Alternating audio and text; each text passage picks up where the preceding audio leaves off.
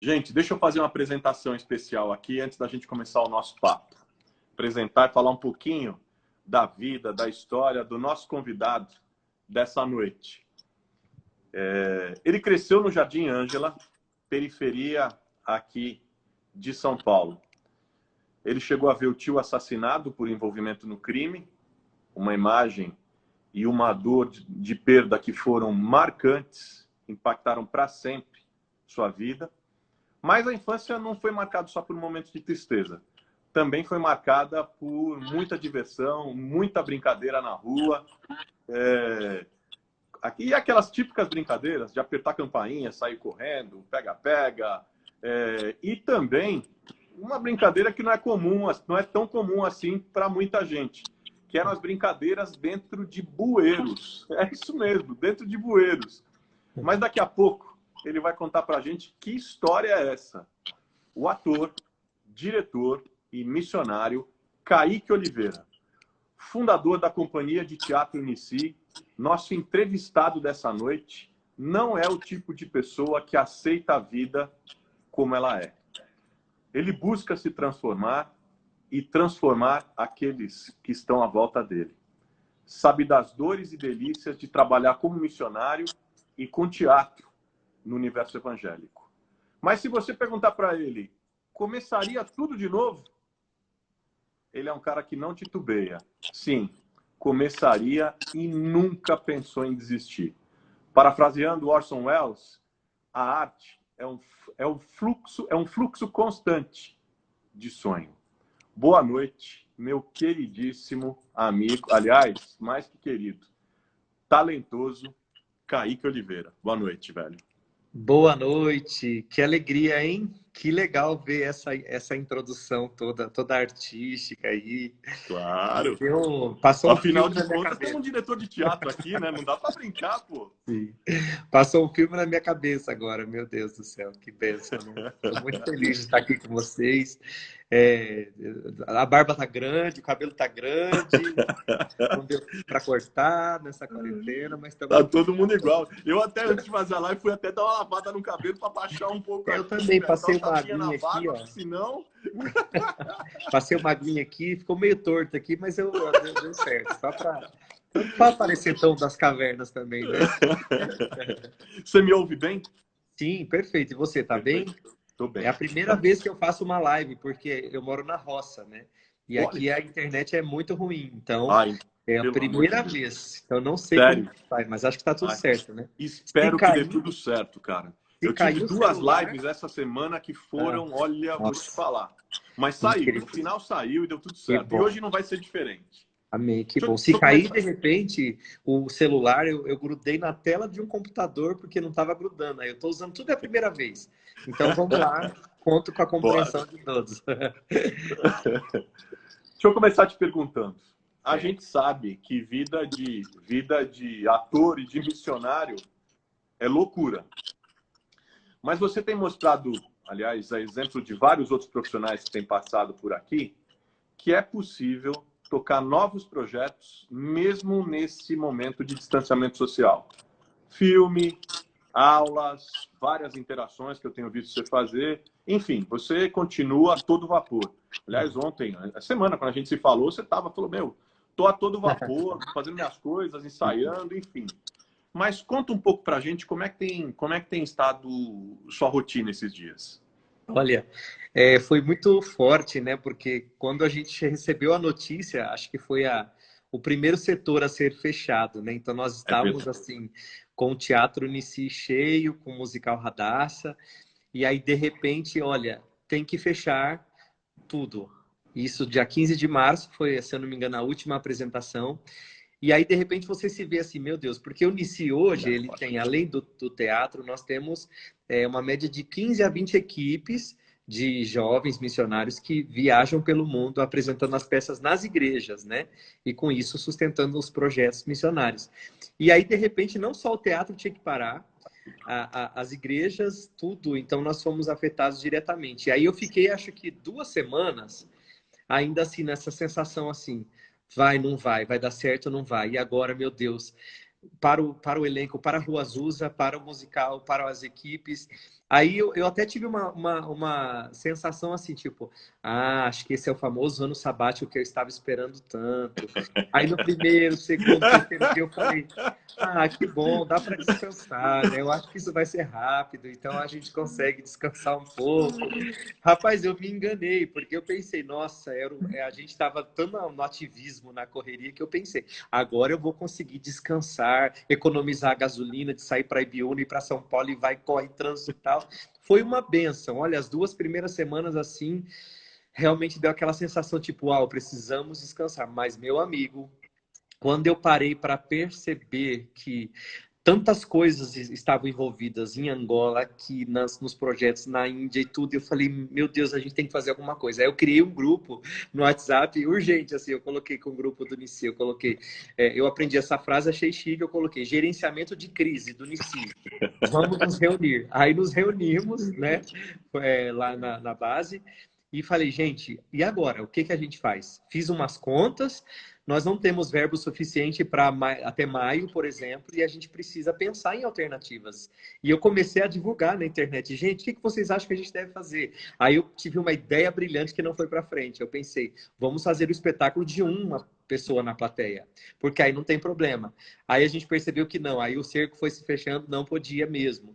Aí daqui a pouco a gente pensou no espetáculo itinerante dentro da nossa escola, que as pessoas passavam sozinhas, os atores de máscaras, com maquiagem, também não deu certo. E aí a gente criou o Alto de Páscoa, não sei se você acompanhou, que foi o Drive. Sim. Eu não sei ainda falar muito bem o inglês, e aí eu comecei a ver uns sites, e eu me lembro que meu pastor há muitos anos falou de um Alto de Páscoa, que ele entrou, ele estava no carro e ele via tudo acontecendo, e eu falei, pronto, a gente mora num sítio, a gente faz as cenas aqui, bota a cruz ali, bota a Maria lá, e pronto, e vamos fazer, né? E, rapaz, deu super certo, foi muito legal, parecia uma grande loucura, porque até então ninguém ainda estava ousando tentar fazer drive-thru, e eu pensei assim, bom, o drive-in, né? Na verdade, eu pensei, meu Deus, bom, então vamos tentar. Se prenderem a gente, todo mundo vai entender que não pode.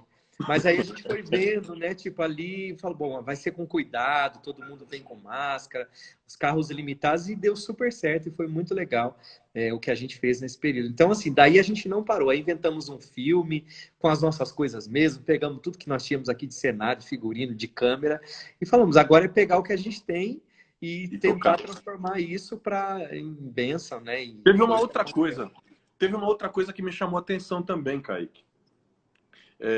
Que vocês estão fazendo um trabalho, olhando para a gente em condição de vulnerabilidade, de gente normalmente invisibilizada, e que o público, são as pessoas que nesse momento mais sofrem os impactos da pandemia, do isolamento, enfim, os impactos como um todo, né? Como é que está sendo realizado esse trabalho? O trabalho que vocês estão fazendo, por exemplo, com moradores em situação de rua, como é que vocês estão fazendo a arrecadação de alimentos? Como é que está a adesão das pessoas com relação a esse trabalho que vocês estão fazendo? Sim, está sendo incrível. Nessas primeiras semanas aí que deu essa falsa sensação de tudo bem, como a gente está na base... Partilho dessa sensação, tá? Não falei, mas partilho. Tive exatamente... Aliás, não é uma sensação, é uma ilusão. Isso, exatamente. Nossa, Deus. E na base moram mais de 100 missionários, né? Então é a nossa casa, todos estamos em quarentena juntos, então não tem problema. Aí a gente fez o nosso culto dos missionários, né? Na nossa tenda de circo que a gente tem aqui, e a gente começou a orar sobre isso, sobre tudo que estava acontecendo e tal, e de repente a gente começou a orar pelas pessoas em situação de rua, e aí meio que sabe quando cai um peso assim de tipo, epa, os restaurantes estão fechados, as lanchonetes fechadas. E aí a gente recebeu notícias de alguns amigos missionários que eles não estavam conseguindo acessar alguns lugares do centro de São Paulo porque estava proibido o acesso.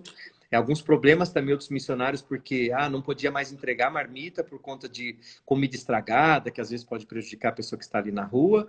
E aí a gente orou e falou, a gente precisa fazer alguma coisa. E aí quando foi no outro dia, a gente foi para a rua de Ibiúna, todo mundo com a sua máscara e cuidado e tal, e viu que o povo estava desesperado. E aí, quando a gente foi para São Paulo, e levar algumas coisas, a gente percebeu que realmente eles estavam sem lugar para pedir esmola, né? Sem lugar para pedir água, sem lugar aberto para ficar na porta pedindo para as pessoas ajudarem. E aí a gente começou a lançar e falou, bom, o teatro está fechado, vamos usar o teatro para poder, né, as pessoas levarem alimentos. Mas a gente pensou mais uma vez, meu Deus, acho que a gente vai ser preso. Por quê? Porque como que a gente vai falar para as pessoas saírem de casa para poder levar alimento na porta do teatro? E a gente ficou muito nessa, meu Deus, pode, não pode? Aí a gente foi nessa mesma linha do Alto da Páscoa. Vamos tentar. Qualquer coisa, se barrarem, tudo bem. A gente fala que não sabia e pronto, né? E aí a gente explicava em cada legenda, né? Para não parecer que a gente era criminoso. A gente falou, olha, por favor, gente, vocês não vão sair do carro. A gente vai até vocês, bem protegidos. Não se preocupem e tal. Rapaz, foi uma mobilização tão legal.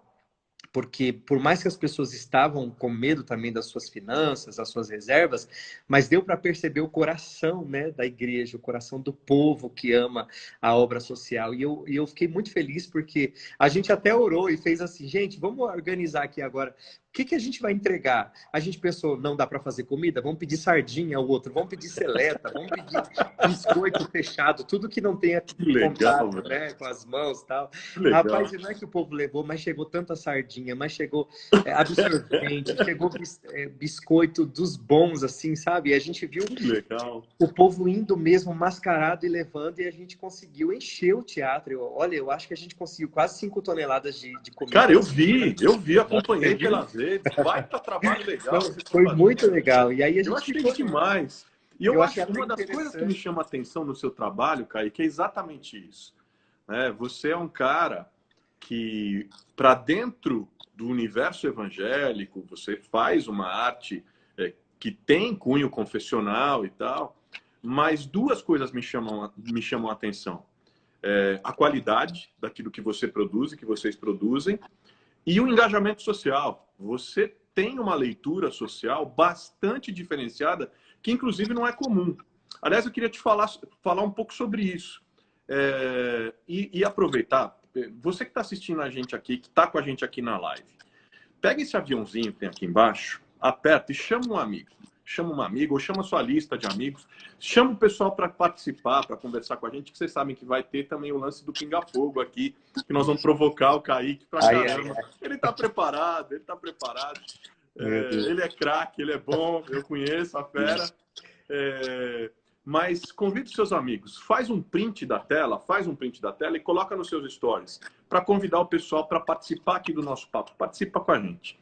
Mas enfim, eu estava te falando que uma das coisas que me chama a atenção é o engajamento, que não é muito comum quando se fala especialmente de cultura e de arte no ambiente evangélico. Claro que tem exceções super honrosas, né? Não quero ser aqui injusto com ninguém. E vocês estão entre elas.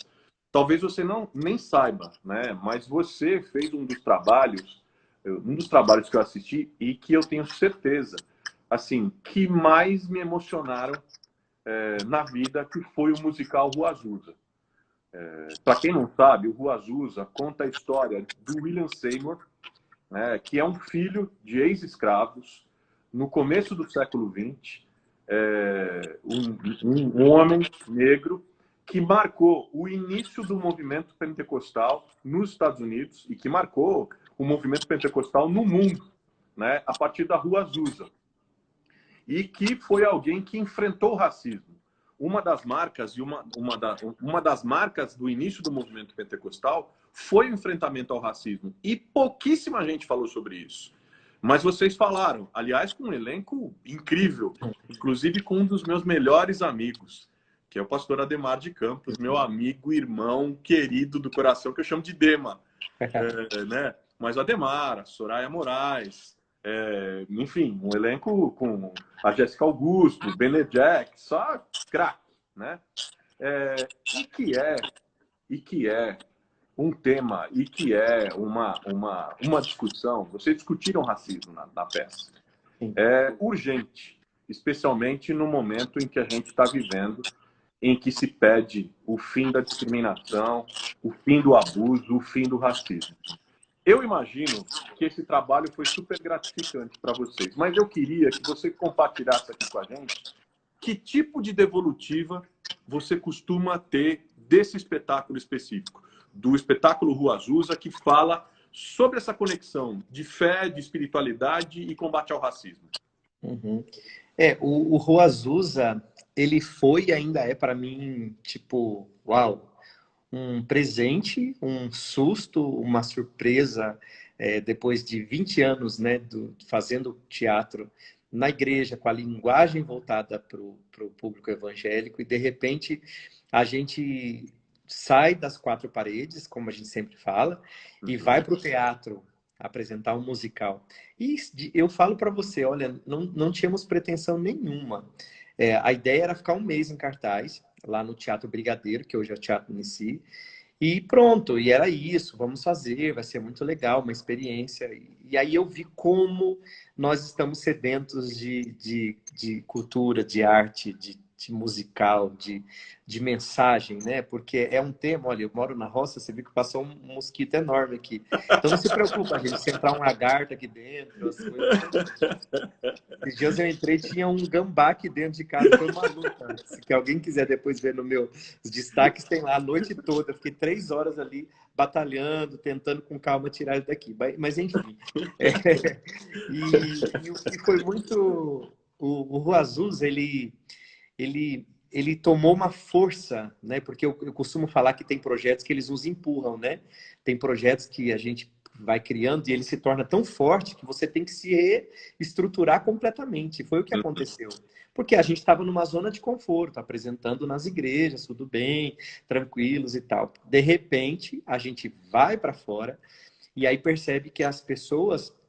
A igreja vai assistir, a igreja fica extremamente impactada, porque é uma junção de coisas, né? É a música, a pessoa que está cantando, é o cenário, é a luz, é a coreografia, é a mistura. O bom do teatro musical é que você mistura todos os segmentos ali. Então isso assusta muito, né? É muito forte.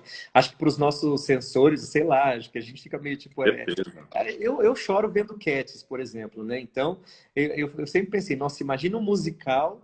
com tudo que tem de recurso e com a presença de Deus, com mover, que eu sou pentecostal, que eu cresci na Deus é Amor, né? Então eu tenho um linguagem... eu não sabia desse detalhe. Esse detalhe eu não sabia. É verdade. Eu fui criado na Deus é Amor, aleluia, Davi Miranda, glória a Deus, né? Olha isso, velho.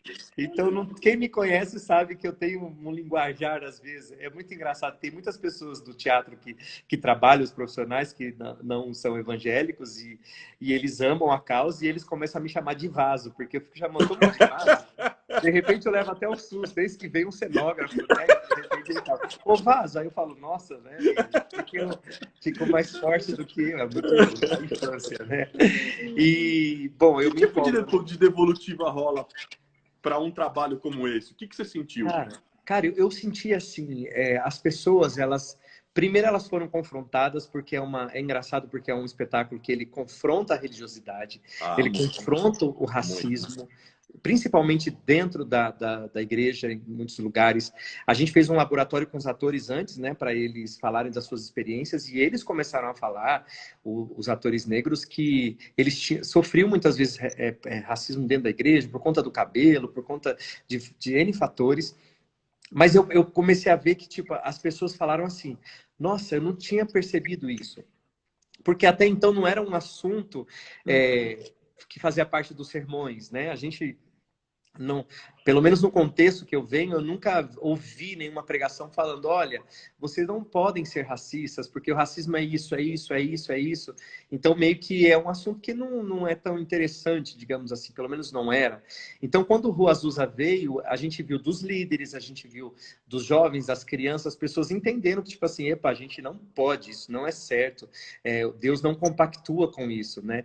E aí, quando o público veio quando começou a vir um público que não era evangélico, meu Deus do céu, aí era fascinante, porque eu até vi uma blogueira muito famosa no começo falando assim, olha, eu acabei de assistir um espetáculo chamado Rua Azusa, é evangélico, mas é legal. Ele trata de um tema forte. E eu comecei a ver essas respostas. Você me lembrou, desculpa interromper, que você me lembrou um negócio. Cara, uma vez... eu fui apresentado por uma figura da política brasileira, estava me apresentando a um governador. há uns anos atrás, há uns 5, 6 anos atrás. Aí ele falou assim, ó, isso aqui é o Carlos, ele é médico, papapá, ele é deputado, ele é evangélico. Aí o governador olhou assim, era o governador do outro estado, né? Aí o cara que estava me apresentando falou assim, ele é evangélico, mas não é nada disso que você está pensando, tá? Exatamente. Eu lembrei disso. Cara, que loucura é isso? Como é que pode um negócio desse? Não, é incrível, assim, de ver que... E uma coisa que eu tenho falado nas minhas aulas para o pessoal é que a excelência, ela geralmente encontra lugar de fala em todos os lugares. Porque as pessoas amam o belo, né? O ser humano, ele tem essa coisa de quando ele fica impactado por algo que é excelente, é belo, independe de como veio aquilo, ela sempre respeita, né? Então eu percebi que de certa... E foi muito louco, sabe? Porque a gente estreou no dia 7 de janeiro de 2018, se eu não me engano. E foi na semana da posse, na mudança do novo presidente, a mudança total no Brasil. O tema que mais se falava era sobre racismo, sobre essa posição, e a gente não sabia, porque a gente começou a ensaiar bem antes. Então, frases que nós falávamos, não tínhamos noção de que isso explodiria no Brasil, que as pessoas falariam tanto. Então, parece que a gente entrou num momento, assim, no meio de um fogo cruzado, onde muitas pessoas estavam vendo assim, a igreja é racista. E aí eu tive essa devolutiva de várias pessoas que não eram evangélicas dizendo assim, nossa, que bom assistir esse espetáculo e saber como é que vocês pensam, como é que o Espírito Santo ele pensa. E era muito legal, porque tem toda uma linguagem, né? Quando os artistas vão, eu acho incrível, assim, que eles falam, nossa, teve uma catarse, e eu senti algo, uma energia gostosa e tal, e achei incrível como vocês trataram o assunto do racismo de uma forma espiritual e tão profunda, né? E aí... Uma curiosidade, Kaique, você está falando de forma espiritual, profunda, uma curiosidade. Por que você escolheu o tema do racismo? Por que fazer a leitura de uma, vamos dizer, da fundação do movimento pentecostal a partir da leitura do enfrentamento do racismo? Por quê? O que te levou a isso? Qual foi, vamos dizer assim, o gatilho? Sim, foi muito interessante porque eu nunca me aprofundei na temática da segregação, eu nunca me aprofundei mesmo sobre esse assunto. E eu estava lendo o livro do Rua Azusa e de repente tem uma frase no livro que diz assim, e William Seymour, filho de um escravizado, cego de um olho, sem lugar para morar praticamente, foi estudar na escola bíblica de Houston. Então ele foi estudar a Bíblia em uma escola conceituada. E aí no livro está dizendo assim, quando ele chegou lá, ele estudou no corredor, porque ele não podia entrar para estudar, porque somente brancos podiam entrar. Aquilo para mim saltou assim, tipo, como assim? Ele estava estudando a Bíblia, numa escola bíblica, e ele teve que ficar no corredor. E aí, depois, uma outra parte do livro fala que ele não foi batizado com o Espírito Santo, porque brancos e negros não podiam orar juntos. Então, porque eles não oravam juntos, por mais que ele queria muito, ele não teve esse encontro que ele queria, sabe? Isso, para mim, foi, tipo, um absurdo, assim, sabe? E isso saltou.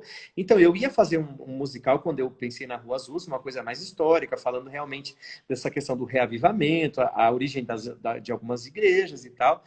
Mas eu não consegui mais. E aí eu comecei a pesquisar sobre isso e eu fiquei impressionado. E foi incrível o resultado, cara. Foi incrível, de verdade. Eu, por exemplo, eu fui pego de surpresa.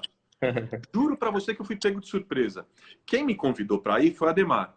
Falou, você tem que ir, você vai gostar muito, você vai ver. Papapá. Aliás, ele tinha te elogiado pra caramba. Ele falou, cara, cabeça do Kaique, o desenho que ele faz, o envolvimento. Ele tinha falado, você tem que ir, você tem que ir, você tem que ir. E aí eu fui na estreia.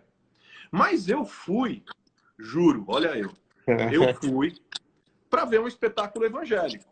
Sim, bem, uma cantata, né? Mas, muitas de pessoas repente... confundiam com cantata. Quando a gente colocava musical, as pessoas achavam que era cantata. Cantata é lindo, cantata, mas as pessoas tinham essa referência, né? Eu tinha essa referência, um musical evangélico. Agora, você imagina qual é a reação de um cara como eu, evangélico, ativista pelos direitos humanos. Naquele momento, eu presidia a Comissão de Direitos Humanos da Assembleia Legislativa e aquele era o tema meu do momento. E eu falando tal e tentando despertar. mesmo não sendo esse meu lugar de fala, Uhum. mesmo eu sendo branco, mas é aquela coisa, né? Eu tenho o Laudelino Gomes que fala, né? Tem o olhar negro, o olhar branco e o olhar atento. Eu tenho o olhar atento. Cara, foi chocante para mim, assim, no bom sentido. Me fez um bem, me emocionou, me alimentou espiritualmente, sabe? Me empurrou. Mas eu não queria parar só no Azusa. Você estava falando no começo, você estava falando dessa ideia incrível que vocês tiveram de fazer o Alto de Páscoa agora, já na quarentena. Uhum. O primeiro Alto de Páscoa realizado num drive-in no Brasil. Sim. Como eu quero te perguntar um monte de coisas e a gente tem um tempo desse tamanho, Uhum. cara, assim, fala para mim aí, de maneira, sei lá, de maneira sintética aí, como é que foi essa experiência? Cara, foi muito surreal. Foi tipo, a gente fez cara de que sabia o que estava fazendo, mas ninguém sabia como seria, como as pessoas ouviriam o texto lá de fora, sem estrutura, sem nada, assim, de colocar para sair no rádio, né, de UHF, não conseguimos. Mas foi tão bom, assim, quando as pessoas começaram a chegar na base, a gente falou, olha que o povo acreditou mesmo.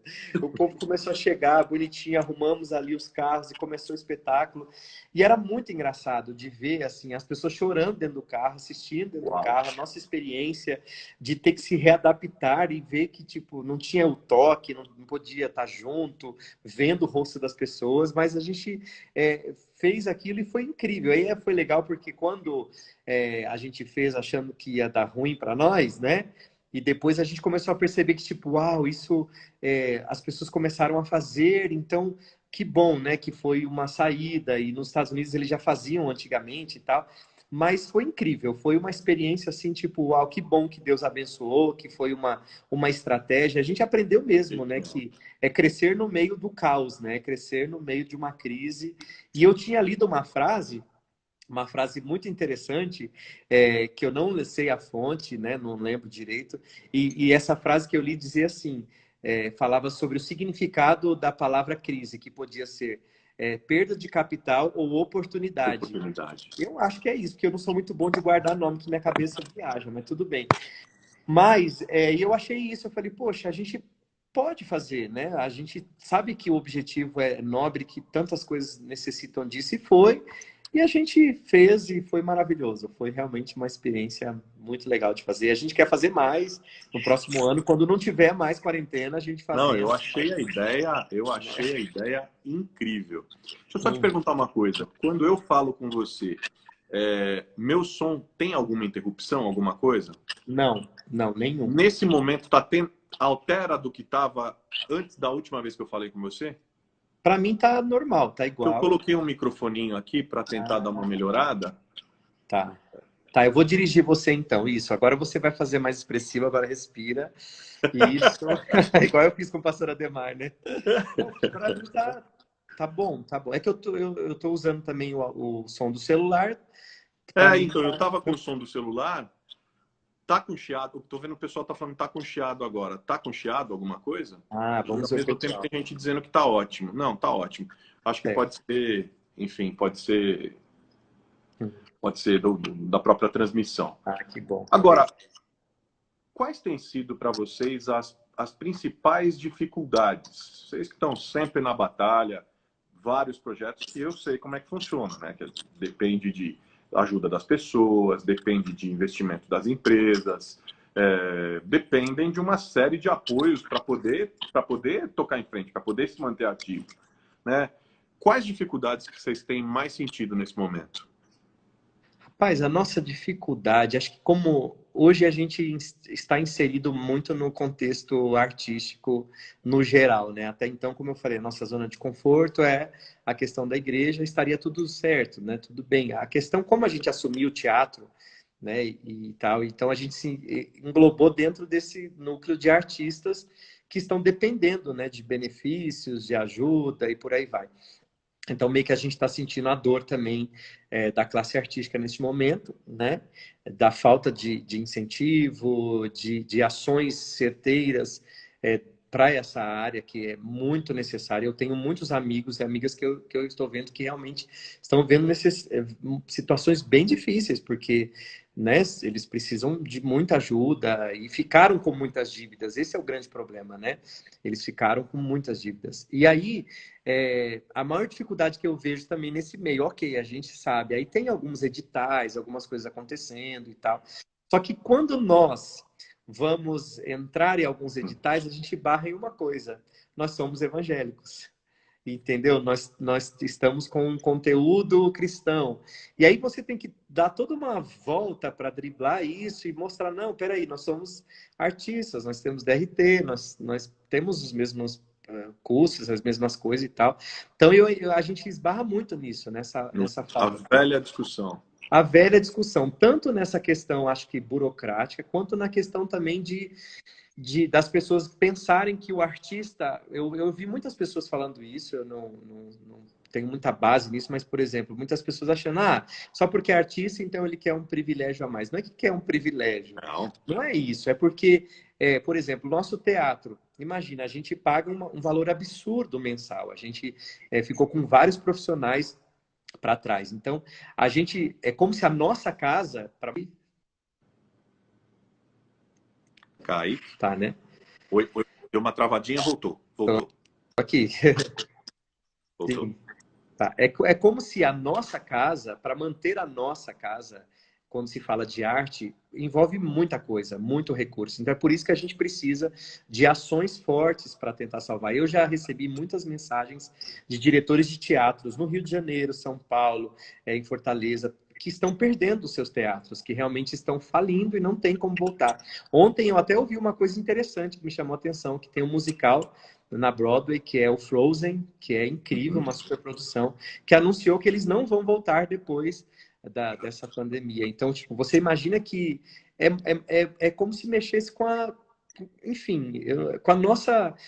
uma estrutura muito complicada, né? Então, eu vejo que essa dificuldade realmente de manter. Graças a Deus, a gente está fazendo uma vaquinha online, a gente pede ajuda, os irmãos que gostam e as irmãs, eles têm abençoado, ofertam um pouco ali, até a gente se sente até um pouco mais amparado do que muitos amigos que não têm esse amparo do cuidado da igreja, né? E a gente vê que as pessoas ofertam. De repente, um dia desse, uma pastora falou, eu quero abençoar vocês durante os próximos 3 meses com R$ 5.000 por mês. Isso já é um alívio, já dá para a gente pagar aluguel e arrumar, você está entendendo? Então, é isso. Não sei se eu embananei tudo, né? Mas... Não, foi ótimo. Você tá colocando. Inclusive, vocês têm um trabalho que foi muito reconhecido, especialmente a partir do Rua Azusa, foi muito reconhecido para fora, né?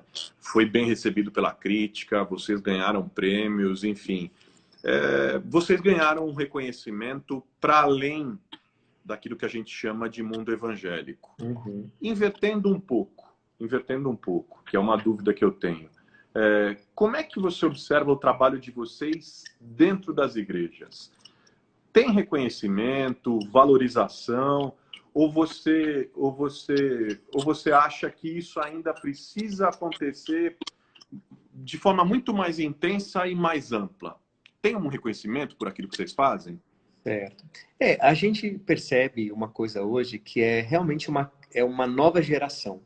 Eu, como fui criado na Deus e Amor, a minha avó demorou muito para entender o que era teatro na igreja. Meu avô também. E eu entendi também uma coisa, que na verdade a gente tem que respeitar a noiva, né? O que nós chamamos, a igreja que nós chamamos de noiva de Cristo, com as suas diferenças, né? Então, por exemplo, quando a gente começou a fazer o Jardim do Inimigo nas igrejas, a gente foi entendendo que não dava para a gente querer mudar a Assembleia de Deus, mudar a Batista, mudar o esquema da outra, a Universal, e por aí vai. A gente foi em todas, e essa foi minha oração, Senhor, eu quero em todas, independente do estilo e tal.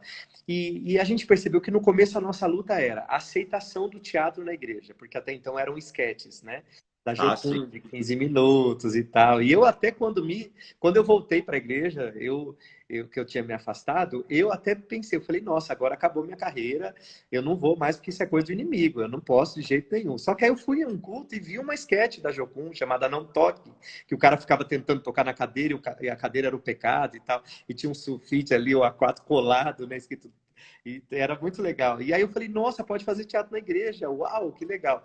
Só que aí, quando a gente começou a fazer, eu gostava muito do Nelson Rodrigues, né? E aí eu trouxe para o Jardim do Inimigo essa pegada. Então tinham palavras absurdas, tipo chamar de prostituta gospel, né? Eu vestido de Satanás. Imagina entrando na igreja com uma corrente e eu via as pessoas falando assim. Eu só via bem baixinho as irmãs assim, sangue de Jesus, você está repreendido em nome de Jesus. Era muito engraçado, porque era um choque. Eu me lembro de uma igreja que a gente foi e o pastor sentado, né, com um bigodão, assim, sentado ali no altar. E a igreja olhava pra gente e olhava pro pastor. Olhava, tipo assim, pastor, você não vai fazer nada. Era tipo assim, se o pastor risse, a gente ria. Porque era muito choque, era muito diferente, né? E eu lembro que o pastor coçou o bigode, se levantou. Aí eu falei, nossa, agora ele vai parar a peça. Aí eu tive uma sacada e falei no meu texto assim, haha, e vocês que falam mal da família do pastor? Eu já sou aquele que faz você falar mal do filho do pastor. Aí ele disfarçou, sentou de volta. Foi muito legal. E aí a gente sabe esse jeitinho de ir encaixando e as pessoas entendendo. Então eu percebi que no começo não podia mesmo. Né? Assim, a maioria das igrejas, principalmente no Nordeste, quando a gente ia, meu Deus, isso é Imagino. absurdo. Mas a gente via que era tipo assim, aquilo que eu falo do belo, do excelente, sabe? Que vai encontrando seu lugar. E as pessoas diziam assim, é estranho, mas espera aí, eu tô sentindo uma presença de Deus. É estranho, mas ué, meu filho está se convertendo. Aí eles foram vendo os frutos e foi muito legal, porque aí aceitou, né, a questão da igreja. Só que nesses anos todos, nós sempre apresentamos na igreja. Então, por exemplo, a gente não cobra nada, os irmãos ajudam, a gente vende trufa na porta da igreja, aquela coisa, um missionário artista. Então a igreja se acostumou, vamos dormir aqui mesmo, e dorme no altar, e dorme em todo lugar, já dormi em tanto canto que você nem faz ideia. Nossa, já dormi debaixo da pia, em cima da pia, já dormimos no porta-malas, em todos os lugares nesses anos. E aí o que acontece? A igreja se acostumou com isso, e de repente agora, eu não sei nem se é isso que você estava me perguntando, mas hoje, qual é a nossa... a questão, ó, a mosca continua, é uma mosca enorme, é mosca da roça, gente. E hoje eu É vejo... mosca raiz, não é mosquinha É, Nutella, raiz, não. isso aqui não sabe nem o que é poluição, essa mosca, tadinha. Ela tá aqui. E hoje a nossa dificuldade é assim, o reconhecimento de uma arte que precisa de um investimento, de uma ajuda. Então, por exemplo, de repente a gente apresentava na igreja sem cobrar ingresso nenhum, de repente você vai para o teatro, só que aí no teatro você tem que contratar um microfonista, um iluminador, Claro. o cara da mesa de som, e o cenógrafo. E, meu Deus, é tipo 60, 70 pessoas para uma produção, né? E nem todos a gente encontra ainda no nosso meio, né? Profissionais, e a gente precisa. E aí a gente percebe hoje ainda que as pessoas nas igrejas, muitas pessoas não acreditam que precisa pagar, né? Não acreditam que precisa Não realmente enxerga o apoiar. custo da produção, os Sim. profissionais, essa dinâmica toda, né? E acha até que a gente está fora da visão. É muito engraçado que tem gente que fala, nossa, vocês perderam a visão, a máscara caiu, aí vocês estão cobrando R$ 60 para assistir um espetáculo. E eu entendo, assim como há anos atrás a gente também teve que ir quebrando aos pouquinhos, as pessoas entendendo, eu também entendo que ao longo desses anos todos, né, por tudo que aconteceu, as pessoas foram se fechando, enfim. Mas eu acho que elas vendo o resultado, elas saem satisfeitas.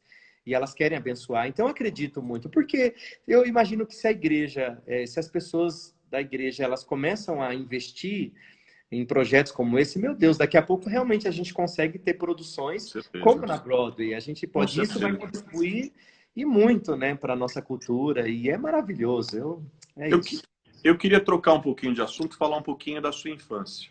Falar um Eita. pouquinho, enfim, um pouquinho de você.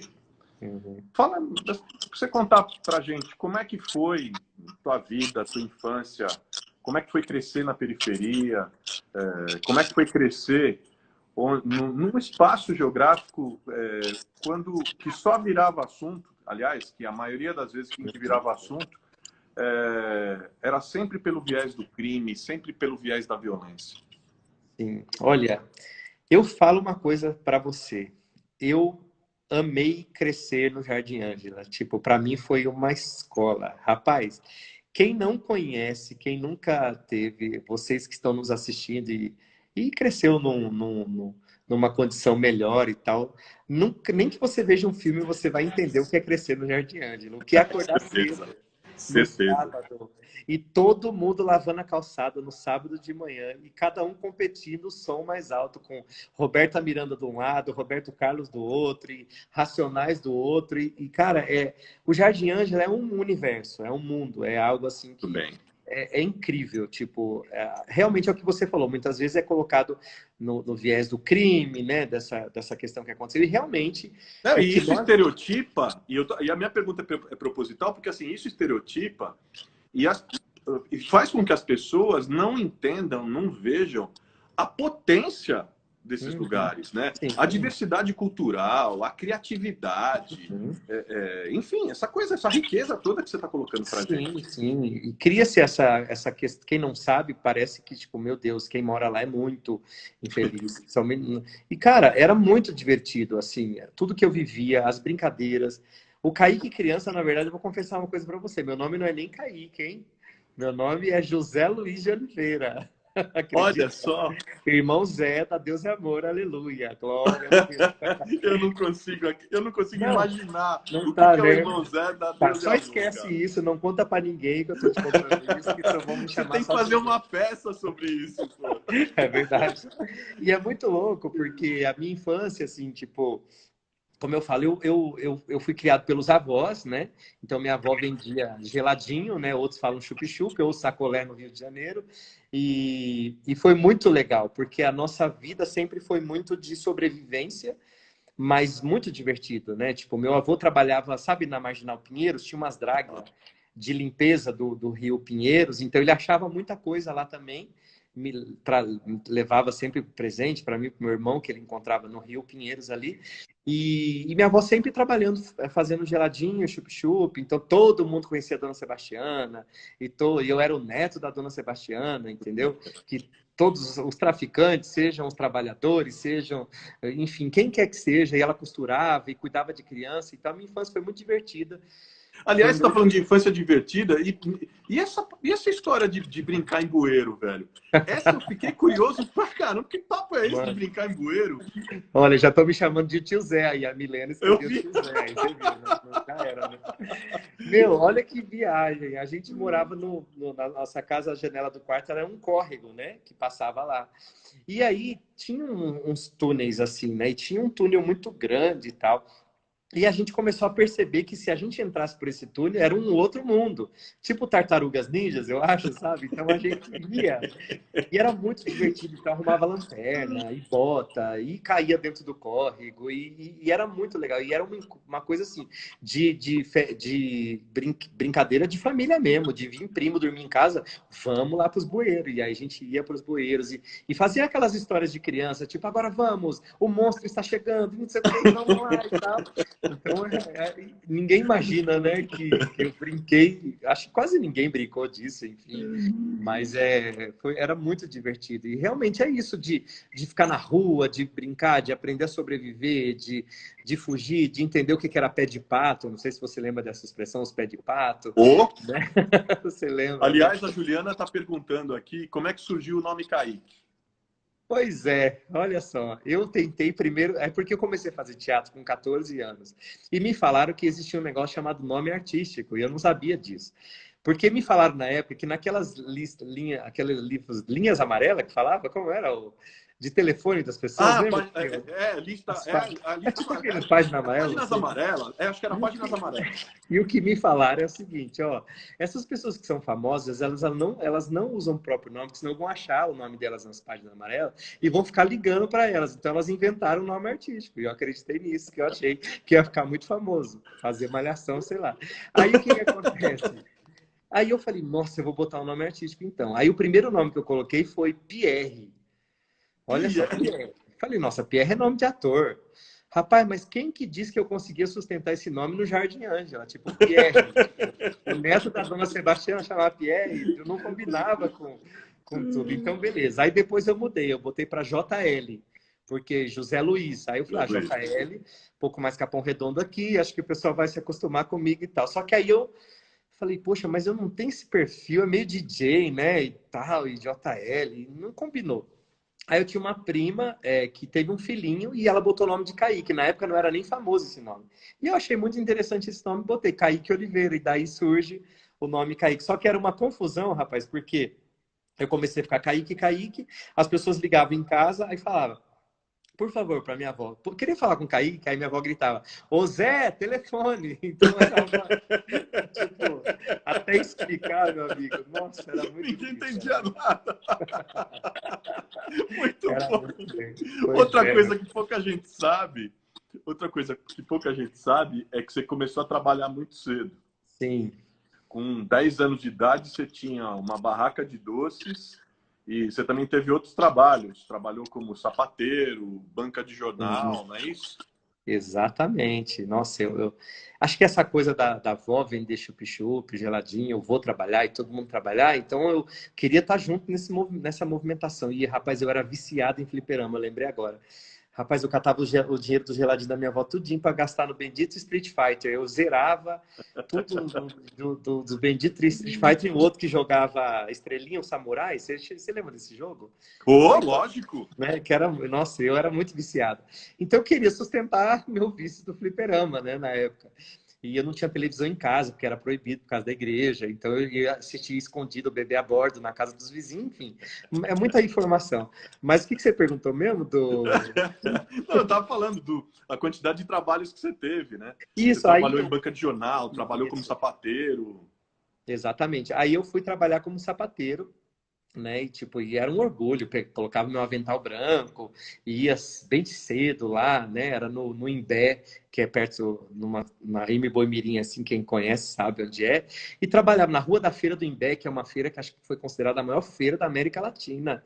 Tipo, é incrível, a Feira do Imbé era um negócio surreal. E eu trabalhava nessa rua como sapateiro. Aí depois eu saí de ser sapateiro, fui trabalhar numa banca de jornal, e ficava um tempo, aí ficava lendo escondido as revistas e tal, e aí me formei em datilografia com esse dinheiro da banca de jornal. No prédio de cima tinha datilografia, aí eu vinha a SDLSG e fazia dedinho, era mais rápido, né? Era um orgulho ter diploma de datilografia. Então eu sempre fui muito ativo nesse sentido, né? Sempre gostei muito de trabalhar. Hoje as pessoas falam assim, Kaique, fica calmo, você está trabalhando muito, você está correndo muito, vai ter um troço. Eu falei, não, meu filho, isso aqui Você não sabe de nada.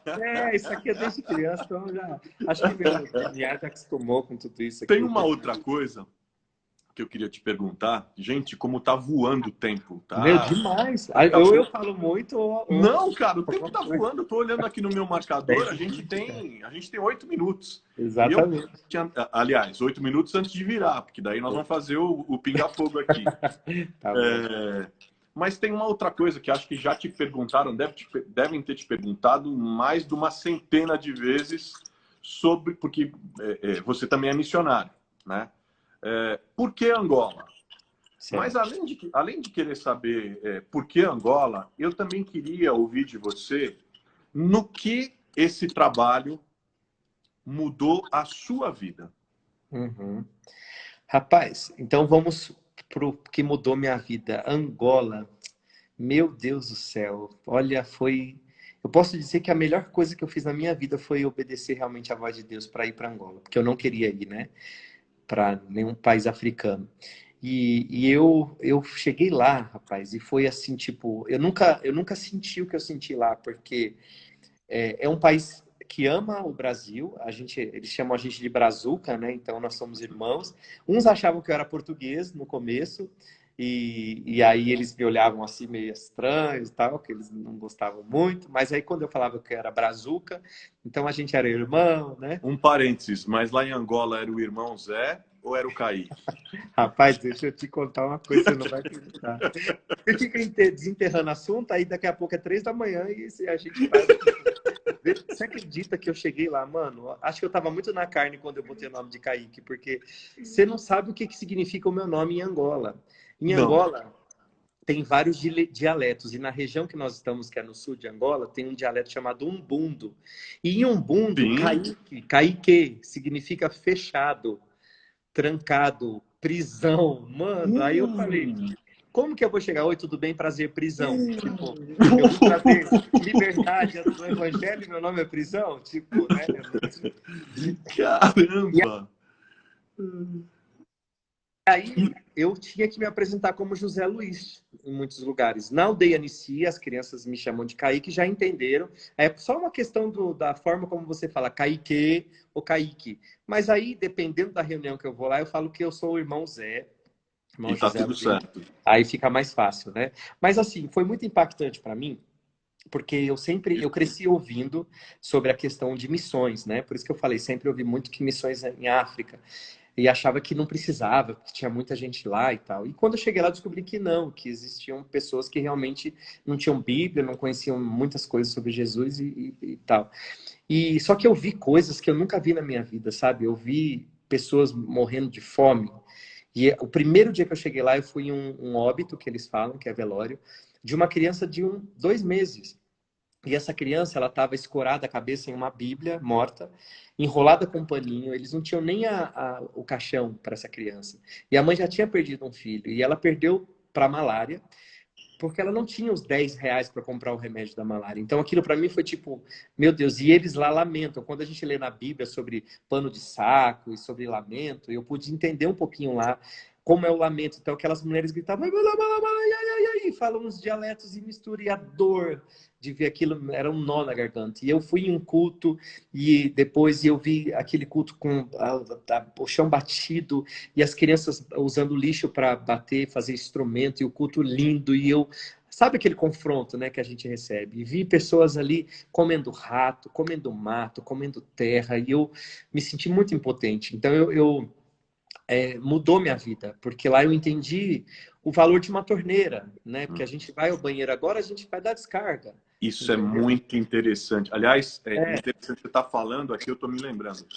A primeira experiência que eu tive quando eu tive na África também, eu tive há uns anos, a minha primeira vez na África foi em 2007.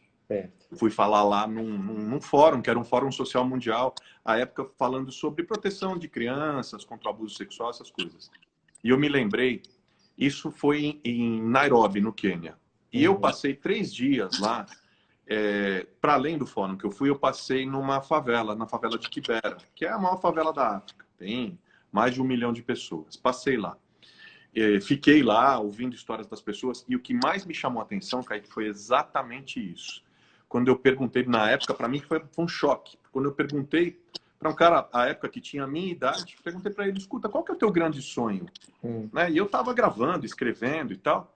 Eu imaginava qualquer coisa, cara. Ele olhou para mim, falou para mim, o meu sonho é ter um banheiro. Eu falei, como assim ter um banheiro? Cara, para mim, imagina, branco, médico, classe média, brasileiro. Cara, eu nunca imaginei que o sonho de alguém podia ser ter um banheiro, cara. Mas assim, aí ele me falou, eu falei, mas por que um banheiro? Ele falou, porque aqui onde eu tô é um banheiro para cada 500 pessoas. Meu Deus. E eu falei, mas como que vocês fazem? Urinam, evacuam? Então a gente põe num saquinho plástico e joga no meio da rua. Então é interessante, isso também mexeu comigo, me tocou muito e me despertou um olhar para outras realidades e para outras formas. Estou vendo meu cronômetro aqui. Nós temos 2 minutos. Deixa eu te fazer a última pergunta antes da gente virar. Aí o pessoal está falando para esticar, que está muito bom. Eu vou esticar, pessoal. Enquanto você me pergunta, desculpa, eu vou colocar no carregador, então vai ficar uma live em movimento só por um momentinho aqui. Tranquilo, tranquilo. Eu vou te fazer a pergunta. Tá ok, vai lá. Você, nesse projeto, você teve também com gente como a Xuxa e a Bruna Marquezine. Isso. E aí, o que eu queria? Se você conseguir, nesse minuto final, que já está piscando para interromper, qual a parte assim da grande satisfação de poder realizar ações junto com elas e quais foram as questões mais difíceis dessas experiências? Para mim foi como uma realização, né? Eu acho que todo mundo que é da minha idade, pelo menos, 41 anos, tem essa questão da Xuxa, queria tomar café da manhã, subir na nave, aquela coisa. Não tem como negar. Não tem como a gente espiritualizar tanto e dizer que realmente a gente não tinha essa...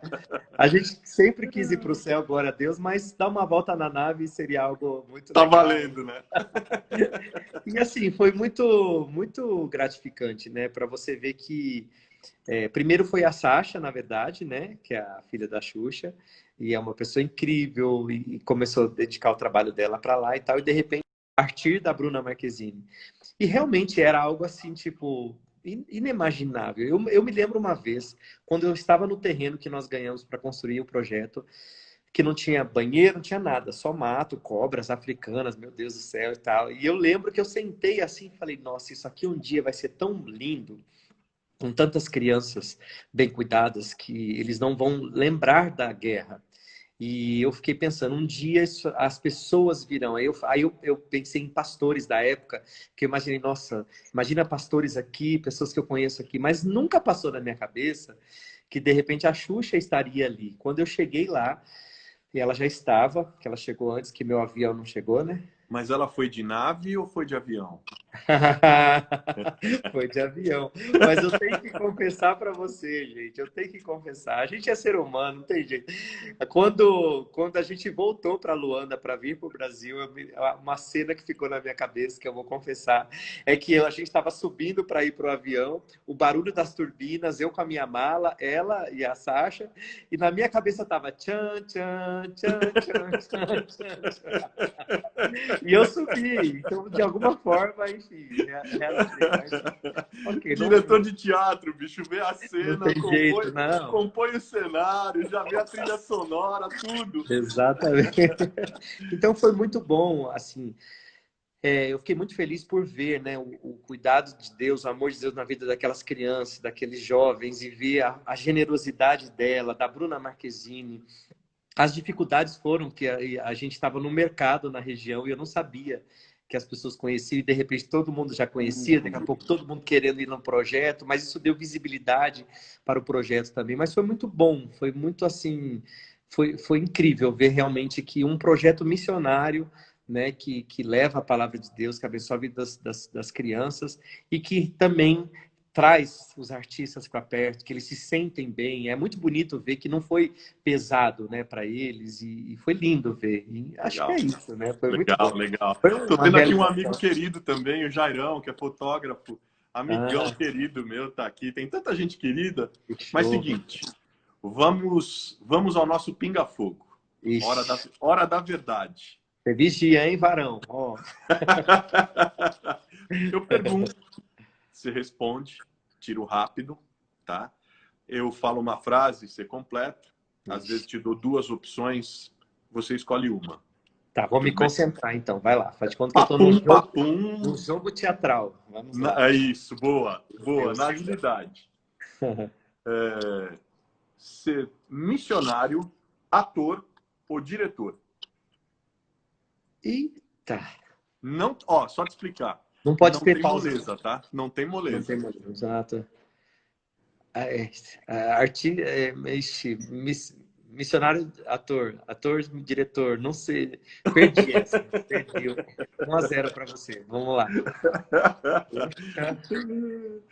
Melhor peça que assistiu foi?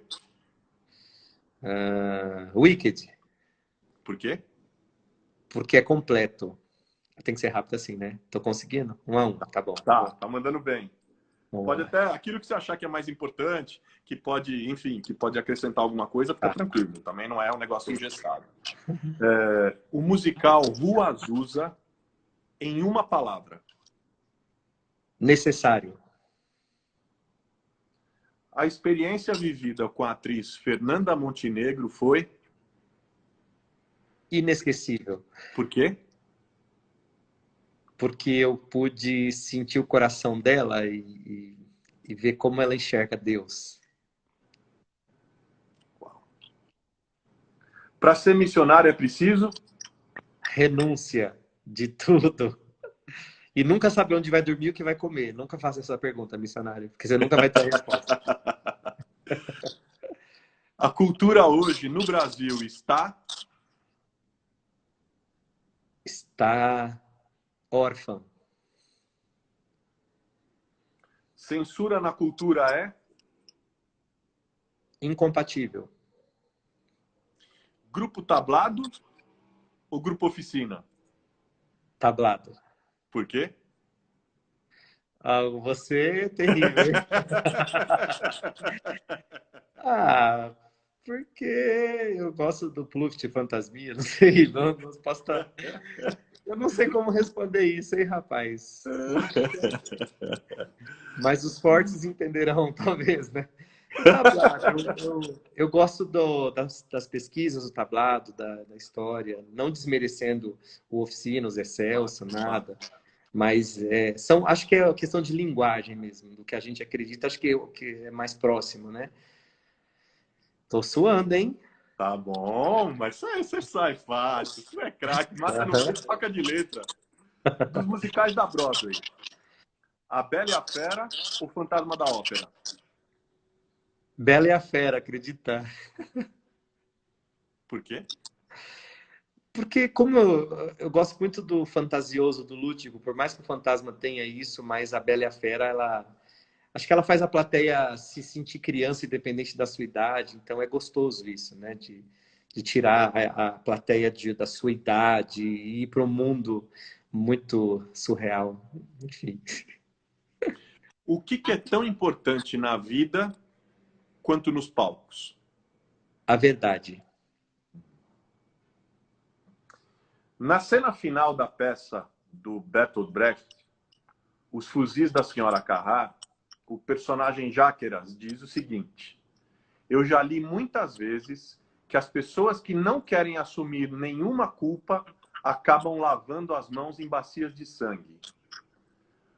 Os Pilatos de nossa atualidade continuam lavando as mãos com sangue. Quem são? Você quer que eu dê o nome dos Pilatos? Está no ar. Meu amigo, eu acho que eu vou criar nome de personagens, então, para que a gente jogue para as pessoas, para que lá... Quem está lavando as mãos hoje na nossa geração? Nós temos hoje tantos... Nós temos hoje muitos Saulos cegos. Nós temos uma história hoje onde nós temos pessoas vendendo as suas túnicas. Meu Deus do céu, eu estou tentando criar uma história. Vamos criar um texto aqui. Eu acho que na história que nós vamos criar, então, nessa noite, nós temos personagens que se encontram diante de uma bacia, suas mãos estão sujas de sangue, e aí elas têm... Os seus nomes poderiam ser vergonha, os seus nomes poderiam ser mentira. Então, nós temos todos esses personagens. Imagina um palco com umas luzes mais ou menos assim, uns pinos de luz em cima de cada um, e uma bacia bem iluminada, e a gente percebe que tem sangue na mão de todos os atores. E aí eles começam a dizer, e eles falam: eu sou o medo, eu sou a intolerância, eu sou a vergonha, eu sou a heresia, eu sou a mentira, e nós precisamos lavar as mãos porque nós não seremos responsáveis por nenhum dos nossos atos. E a peça pode se chamar Os Irresponsáveis. Não sei. Não sei, Carlos. Poxa vida, vai Uma escolher. bíblica. Foi bom. Uma bíblica. Uma bíblica. Na sua opinião, qual personagem bíblico mais canastrão? O mais canastrão? Rapaz, cara, eu até estava dando aula sobre isso, eu acho que o personagem bíblico mais canastrão... Ah, o Jeremias, ele tem uma cara de ator de novela mexicana, né? Ele tem uma Por coisa quê? muito... Porque ele chora, ele quando vai profetizar, ele não só profetiza, mas ele lamenta. Então, eu imagino que ele tem uma voz, ó povo de Israel. Então, eu acho que ele teria todo... Ele seria muito profundo, né? Acho que ele seria bem canastrão. Né? Você prefere a poesia de Cantares ou a poesia dos Salmos? Ah, a poesia dos Salmos. Prefiro muito, muito Por quê? profundo. eu acho que a poesia de Salmos, ela vai muito para as profundidades da alma, né? Eu acho que é quase como um Shakespeare que deixa os seus personagens tão psicologicamente profundos.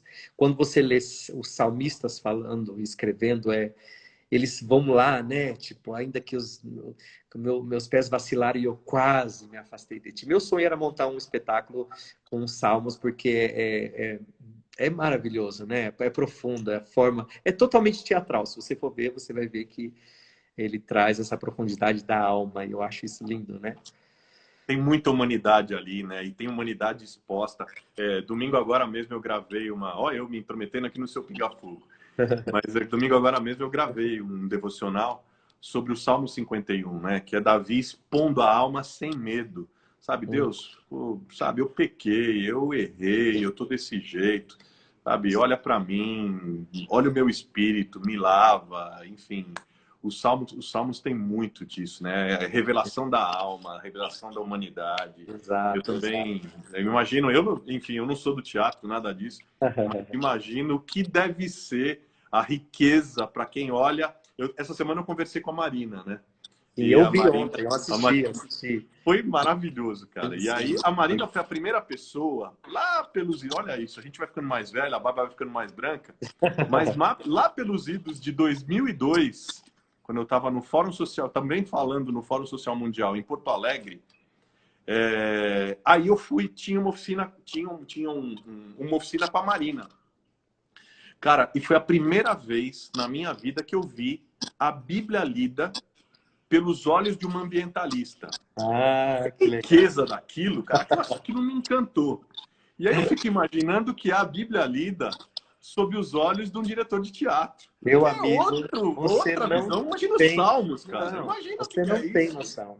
Eu tenho dado uma aula que eu queria o nome de arte teologia, né? E eu peço para os meus alunos lerem como artista. E realmente, o Davi era um artista, né? Não tem como. Ele era um cara que tocava, que dançava e que institui uma liberdade para a cultura judaica ali incrível. É muito legal porque tem até quase que um antes e depois de Davi em termos de arte na Bíblia. É muito legal que ele vem escracha mesmo, fala, eu vou dançar, não importa o que vocês vão pensar de mim, se vai achar que eu estou adorando outros deuses ou Tô não, nem eu vou aí. dançar para o meu Deus. E quando você lê Salmos, nossa, a sua voz já muda automaticamente, não adianta, tipo, não adianta. Você começa... Eu que cresci ouvindo o Salmo 91, mas nem lembro direito, né, do Salmo 91. Mas minha avó me fez decorar inteiro. Mas a gente só vai ler, o artista só vai ler Salmos com voz de interpretação, não tem jeito. Quarta parede é? Quarta parede, você quer definição técnica ou poética? Poética. Você Poética? podia falar para todo mundo o que é a técnica e aí a poética sua. Tá.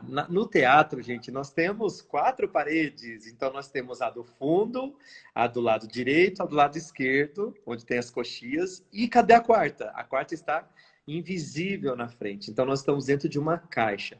O Brecht, ele quebrava a quarta parede. O que é isso? Eu falo que ele dava brecha para a gente poder sair pensando e entendendo e dialogando sobre o que acabou de ouvir. Então, quando ele quebrava, por exemplo, eu quando faço o Jardim do Inimigo, eu tô lá, eu vou matar você, acabar com a tua vida, aí eu falo. Aí eu quebro a quarta parede, eu olho para a câmera agora e falo, e você que está em casa agora me assistindo, qual é o momento que você tem sido bom com seus filhos? Então eu quebrei a quarta parede e falei com vocês. Então é isso, a parte técnica, né? Agora, quarta parede, eu não sei onde você quer chegar com isso, diretor, mas eu não Estou sei. só te provocando. O meu papel aqui é provocar a sua criatividade e dar linha na sua vida à vontade. Entendi. Eu acho que quarta parede é o que está acontecendo aqui nessas lives. Eu acho que a quarentena, ela quebrou a quarta parede de muita gente. Ela fez a gente olhar nos olhos, a gente... Poxa, eu nunca tive tempo de falar com você, nunca olhei nos seus olhos, mesmo que pelo celular, mas nós estamos quebrando a quarta parede, mostrando a nossa humanidade e fazendo a gente pensar mais e ser mais humano. Então, acho que a gente está vivendo a maior quebra de quarta parede que a humanidade já viveu. Claro que tivemos pandemias e pestes, mas hoje a gente precisava desse momento para a gente pensar melhor e conversar mais, né? Muito bom. Brasil de hoje. Falar um pouco do Brasil de hoje. O Brasil de hoje está mais para ópera bufa ou teatro de horrores? Mano, será que não seria um teatro de improvisos? Eu não sei, né? De repente. Eu acho que a Nada gente com uma tá, generosidade artística. eu acho que a gente está numa grande comédia dell'arte, onde a gente vai improvisando, improvisando e vendo o que dá certo e o que não dá certo. E aí a gente coloca o ator no papel e muda e vê e não vai. E a gente tá... Realmente, para mim, é um teatro de improviso. Eu sou suspeito, eu amo o Brasil, eu não amo, por mais que a gente viaja, mas eu amo estar aqui. Mas eu vejo que a gente está escrevendo realmente um grande espetáculo de improvisos, onde personagens precisam ser mudados, né? Trilha sonora precisa ser alterada, a luz precisa afinar um pouco mais, precisamos trocar os figurinos, e colocar um final feliz nessa história, né? Então, que esse grande emaranhado aí de improvisos e de falas jogadas realmente possa resultar em algo que seja bom e que a plateia... Agora a questão é, a plateia vai ficar de pé, vai jogar tomate, a plateia vai aplaudir? Não sabemos, porque estamos vivendo um grande improviso, né? Infelizmente. O dia que você foi perseguido em Angola foi? Gente, não. É melhor vocês irem embora nesse momento dessa live, porque eu acho que você vai ouvir a partir de agora. Infelizmente, vai me desmoralizar e vai tirar todo o meu crédito alguém que batalha espiritualmente, que luta contra o inimigo, aleluia. Acho que eu não vou ter mais moral não depois disso aqui. Mas olha só, ser perseguido em Angola. Eu tenho uma mania de perseguição que eu não sei de onde que vem. Desde criança, eu sempre acho que alguém está me perseguindo, que eu vou ser assaltado. E não é visão espiritual, não. É coisa da minha cabeça mesmo. Então, eu sempre acho... porque, enfim, aí eu estava em Angola, uma vez, saindo de uma das casas missionárias ali, era meia-noite. E eu saí para ir para a casa da outra missionária, do casal, onde eu ia dormir. E de boa, só que eu uso lente, né? Porque eu tenho 13 graus, eu fiz transplante Você de tem 13 córnea, graus? 13 graus, né? Então Cara. o óculos que eu uso é bem de fundo de garrafa. E aí, esse dia eu tava sem a lente. Então eu precisava dirigir à noite. Então eu falei, vou com cautela e tô indo para lá. Coisa de 5 minutos de distância e tal, mas eu vou bem tranquilo. Aqui, responsável, misericórdia. O que aconteceu? Saiu eu tranquilamente, e aí onde tem umas casinhas missionárias, é dentro de um complexo de apartamentos, assim, tipo um CDHU, lá que fizeram agora na nossa província. Aí, beleza. E lá é por números, então eu não sei, eu não sabia o lugar da casa direito. Eu estava perdido antes de estar perdido. Aí eu saio com o carro tranquilamente e tal, e eis que vem um carro atrás de mim. O carro vem atrás de mim e eu falo, quer passar. Eu vou para a direita, o carro vem para a direita atrás. Eu vou para a esquerda, vem para a esquerda atrás. Eu, meu Deus. Aí eu já começo a achar que tá me perseguindo. Porque eu chego em casa, eu moro sozinho aqui no meio da roça, do lado da base em si. Eu chego em casa falando assim, ó. O que você tá fazendo aí, mano? O que você tá fazendo aí? Tô te vendo aí, não tô vendo nada. Porque aí eu paro. Eu falei que eu ia perder o crédito espiritual. Aí eu paro e ouço para ver se vai ter passo. Porque imagina, se tiver alguém, a pessoa vai sair correndo, eu vou ouvir os passos. Então, mano, nunca ninguém vai ver isso. Nunca ninguém vai ver. Mas eu dou uns gritos aí, nunca, graças a Deus, até hoje, nenhum passo. O dia que eu ouvir também, eu acho que eu vou voar, né? E aí, então eu sempre acho, mas enfim, já fugi de muitos carros que nem estavam me seguindo. E aí esse carro me seguiu, mas aquele dia eu tava me seguindo de verdade, gente. De verdade, o carro me seguiu muito e me seguiu e eu vou para um lado. Aí, de repente, eu virei à direita, o carro virou à direita, eu virei à esquerda, virou à esquerda. E eu comecei a entrar em pânico. Nossa, tem até o áudio desse dia, eu mandando pro povo, gente, pelo amor de Deus. Eu fiquei igual aquele filtro que tem na internet agora, do TikTok, que fica, meu Deus, e agora? Eu tô morrendo, alguém me ajuda. E eu mandava, Ângela, pelo amor de Deus, estão me perseguindo, querem me matar, Ângela. Ela, Kaique, onde você tá? E eu não sei. Eu olhava para o lado, olhava para o outro, e números, e não sabia mais onde eu estava, para onde eu ia. Eu sei que eu acelerei. E aí eu, me ajuda, eu vou morrer, vou me matar. E a pessoa acelerou e realmente estava me perseguindo. E aí eu pensei, bom, o que me resta agora é começar a buzinar. E eu tô que buzino, buzino, para todo mundo acordar e me socorrer. E aí eu vejo uma pessoa ali, e de repente áudio para mim do pessoal que estava na casa missionária. Kaique, estamos aqui na rua, eu peguei um pedaço de pau já, eu vi você passando correndo, eu vi que tem um carro atrás de você mesmo, eu tô que corro, e todo mundo tá e buzina, de repente, para o carro, para os meus amigos um pedaço de pau, com uma pedra. E aí tinha até o prefeito mora nesse bairro, você acredita? E a gente não reconheceu. E a missionária brigou com ele. Quem é que você está gritando? E ele, me respeita, eu sou o prefeito. Olha, o caso de uma perseguição. De repente, eu paro do lado da rua tremendo, eles param do outro lado da rua tremendo. Sai uma senhora bem baixinha do carro, com uma criança atrás. E aí eu paro e falo, meu Deus, e agora? Aí eu, estão tentando me matar, estão me perseguindo, vão me sequestrar. E a mulher desce, esse maluco, ela falando de mim, ele bateu no meu carro e foi embora. E eu só estava indo atrás dele para ele que tem que pagar o conserto. E eu parei. O que aconteceu? Na hora que eu estava saindo, sabe quando você dá ré, você não bate, você só... Dá um tutozinho. Só encosta. Então, se eu tivesse batido, eu ia saber. Mas eu... E ela estava na janela e viu que eu encostei e fui embora. Ela saiu correndo com a filha e foi atrás. Mano, aquilo foi ridículo. E eu para ela, me perdoe, tremendo. E ela, você é um louco, irresponsável. Aí eu fui ver, não tinha nada batido, foi nada, sabe? E aí ela começou a rir, eu comecei a rir, todos rimos. Mas aí, na hora de sair do complexo, o prefeito já tinha acionado os guardas. Então veio um monte de policial com umas armas. Meu Deus! Eu falei, mano, olha que situação. Então, infelizmente, eu tenho essa mania de ser perseguido e nunca sou perseguido, graças a Deus. Coisa de cabeça de artista, né? Eu sempre acho que eu tô no filme, numa história. Então, infelizmente. Vamos em frente. Infelizmente. TV em máquina elétrica era?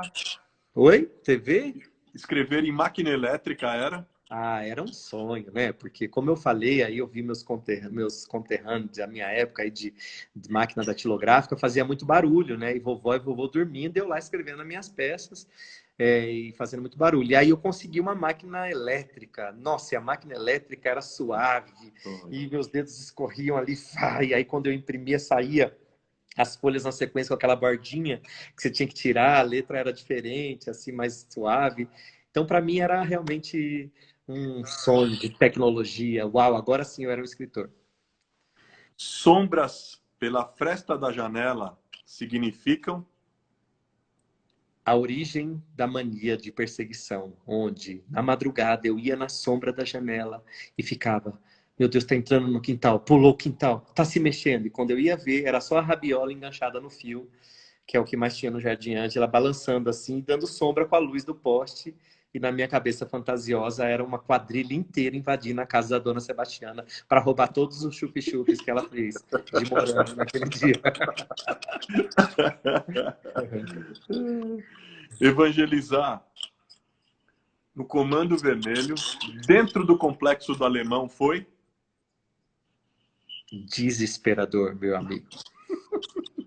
3 horas da manhã, estávamos lá. Isso não foi mania de perseguição, evangelizando no Comando Vermelho. Foi incrível, foi a melhor coisa que eu fiz na minha vida também. A gente ia, evangelizava aqueles jovens, aquelas crianças, apresentava a peça lá dentro do baile funk, evangelizava no baile funk, o povo doido e tal. Até que um dia estávamos lá no topo, quem mora no Rio de Janeiro, lá na grota, onde ficavam, tinham os irmãos Metralhas, que eram traficantes gêmeos, que viviam pedindo oração, e nós estávamos lá. Uma menina do Missy foi para o bar evangelizar, a outra foi para outro lugar. Eu tinha uma fila para receber oração, isso de madrugada. E aí a gente tinha ganhado açaí, comia, eles davam muita comida para a gente, né? E acho que eles achavam a gente com cara de fome, missionário, e falavam, vou alimentar esses missionários aqui, e aí eles oram pela gente. De repente, começou um tiroteio na favela, lá no Complexo do Alemão. E aí, a polícia, ela atirou no gerador, então acabou a energia. Eu olho pro traficante, bem naquela hora, e falo, o que eu faço agora? Ele diz, é melhor vocês fugirem, porque nessa hora morre muito inocente. Aí eu, meu Deus, cadê a menina? Cadê os outros do grupo? Tá tudo orando ali, evangelizando. Juntamos ele, mas eu vou arrumar um soldado para levar vocês lá para baixo. E o soldado também era do tráfico, e a gente só estava lá para evangelizar eles, não para fazer parte desse negócio.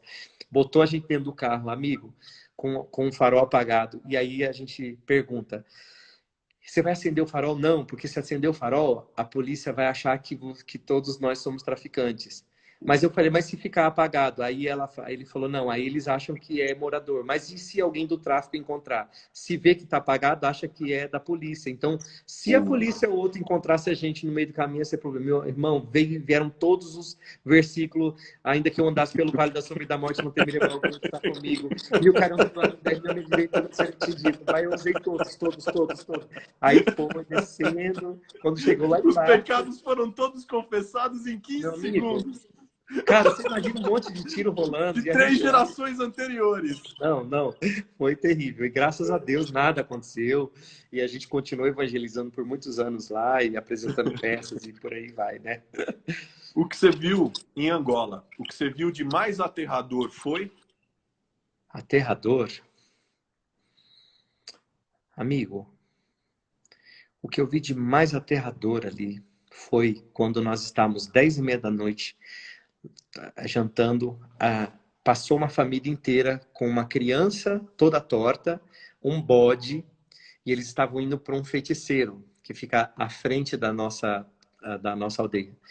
E eles pediram abrigo porque tinham perdido horário e iam chegar muito tarde lá com o feiticeiro e não ia dar certo. Pediram para dormir. A gente deu comida e foi falar de Jesus e de repente o menino começou a virar o olho e a sair um cheiro muito forte dele. Para quem não acredita, é muito forte, é real. Eu vi uma cartilha da ONU, né, com a Unicef, para proteger as crianças feiticeiras de Angola, principalmente do norte. É muito real, porque lá eles estavam matando muitas crianças. Então, a ONU e a Unicef interferiram para proteger essas crianças que, pasmem, elas voam em casca de amendoim. Então, é um assunto para outro momento, mas é muito forte.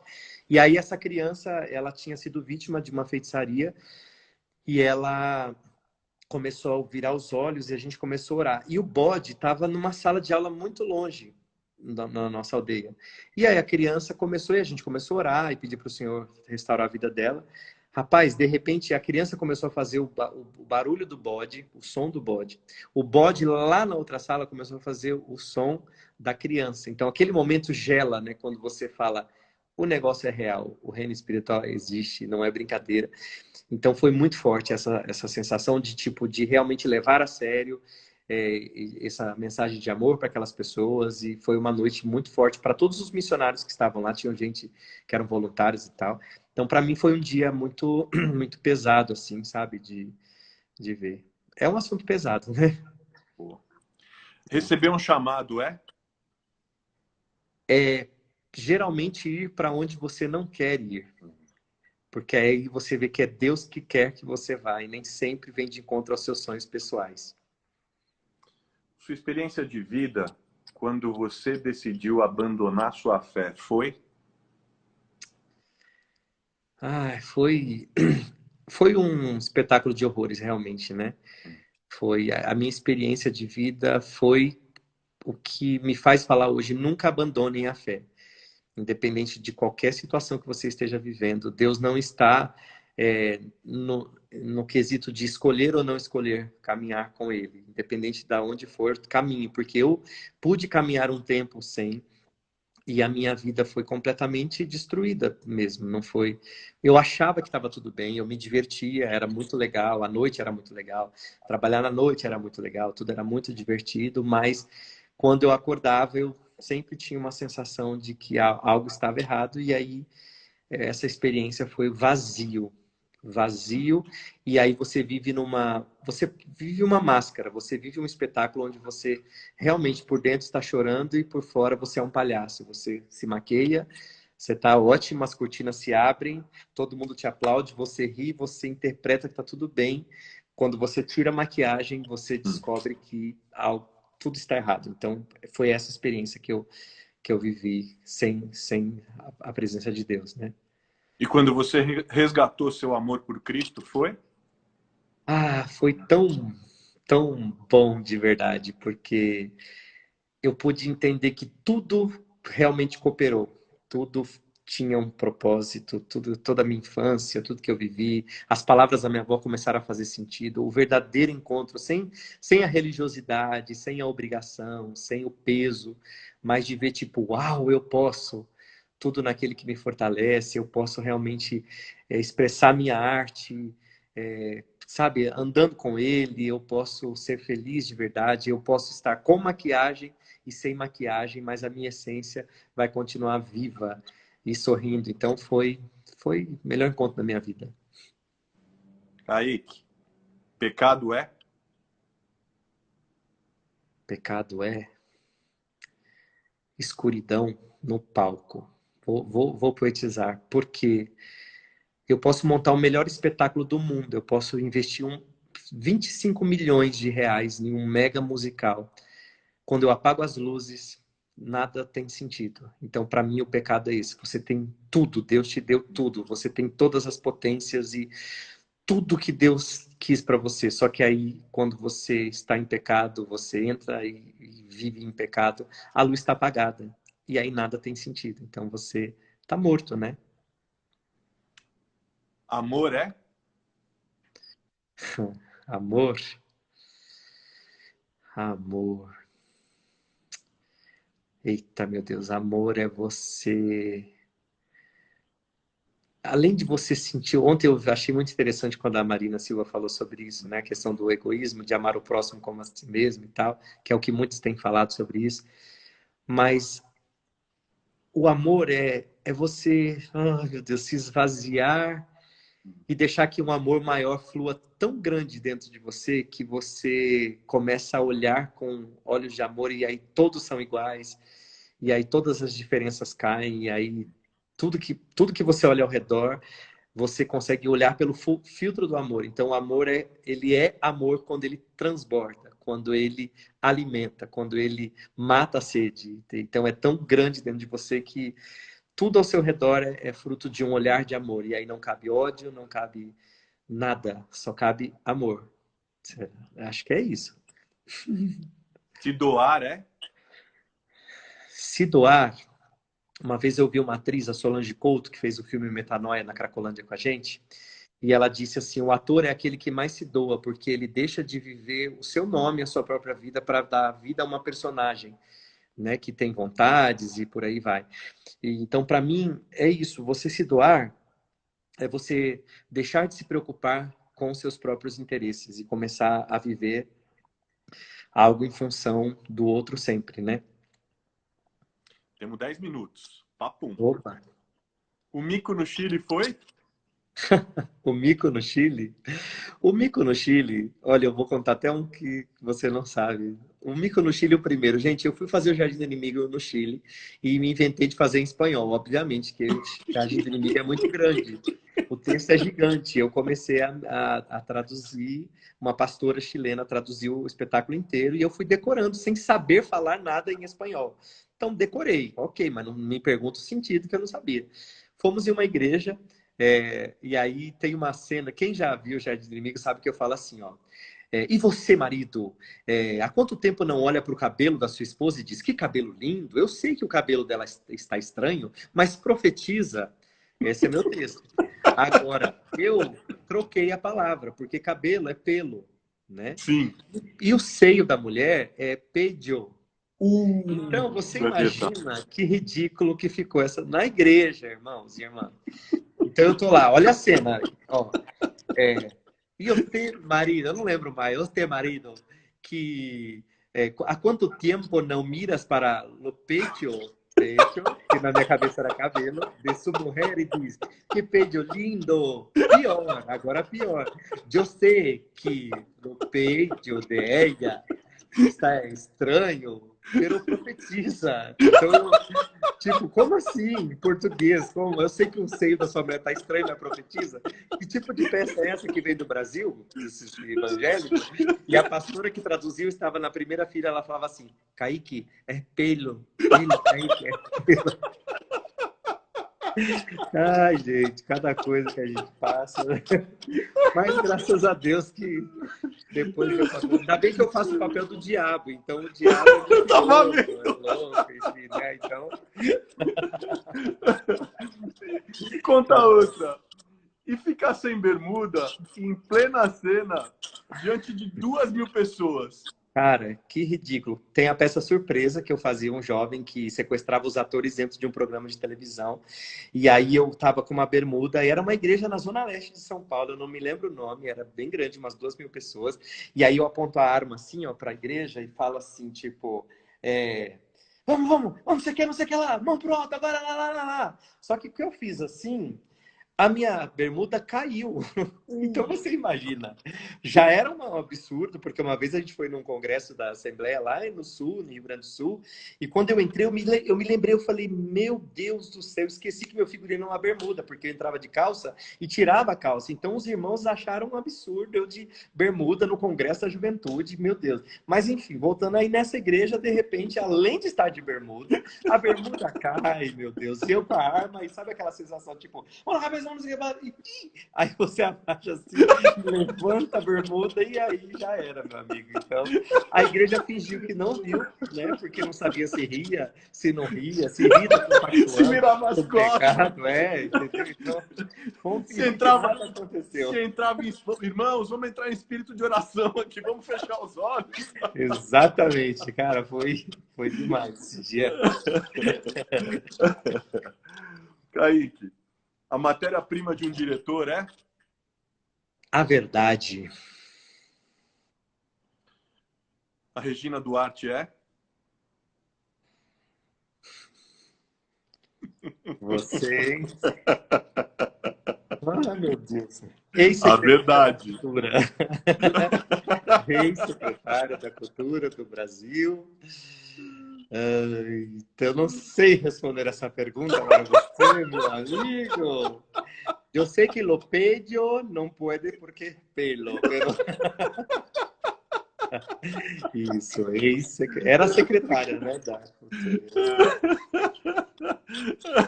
Enfim, né? Eu com essa cara aqui tentando fugir, né? Vou até beber a água agora, espera um pouquinho. Vou aliviar para você, vai. Vamos espiritualizar a coisa e colocar como uma vítima. Nossa, mas aí tá vendo? Aí você consegue me colocar vítima do inimigo, tá bom? Vítima do inimigo, todos somos vítimas do inimigo, nesse mundo jaz do maligno. Então, nós precisamos orar por ele, por ela, por todo mundo.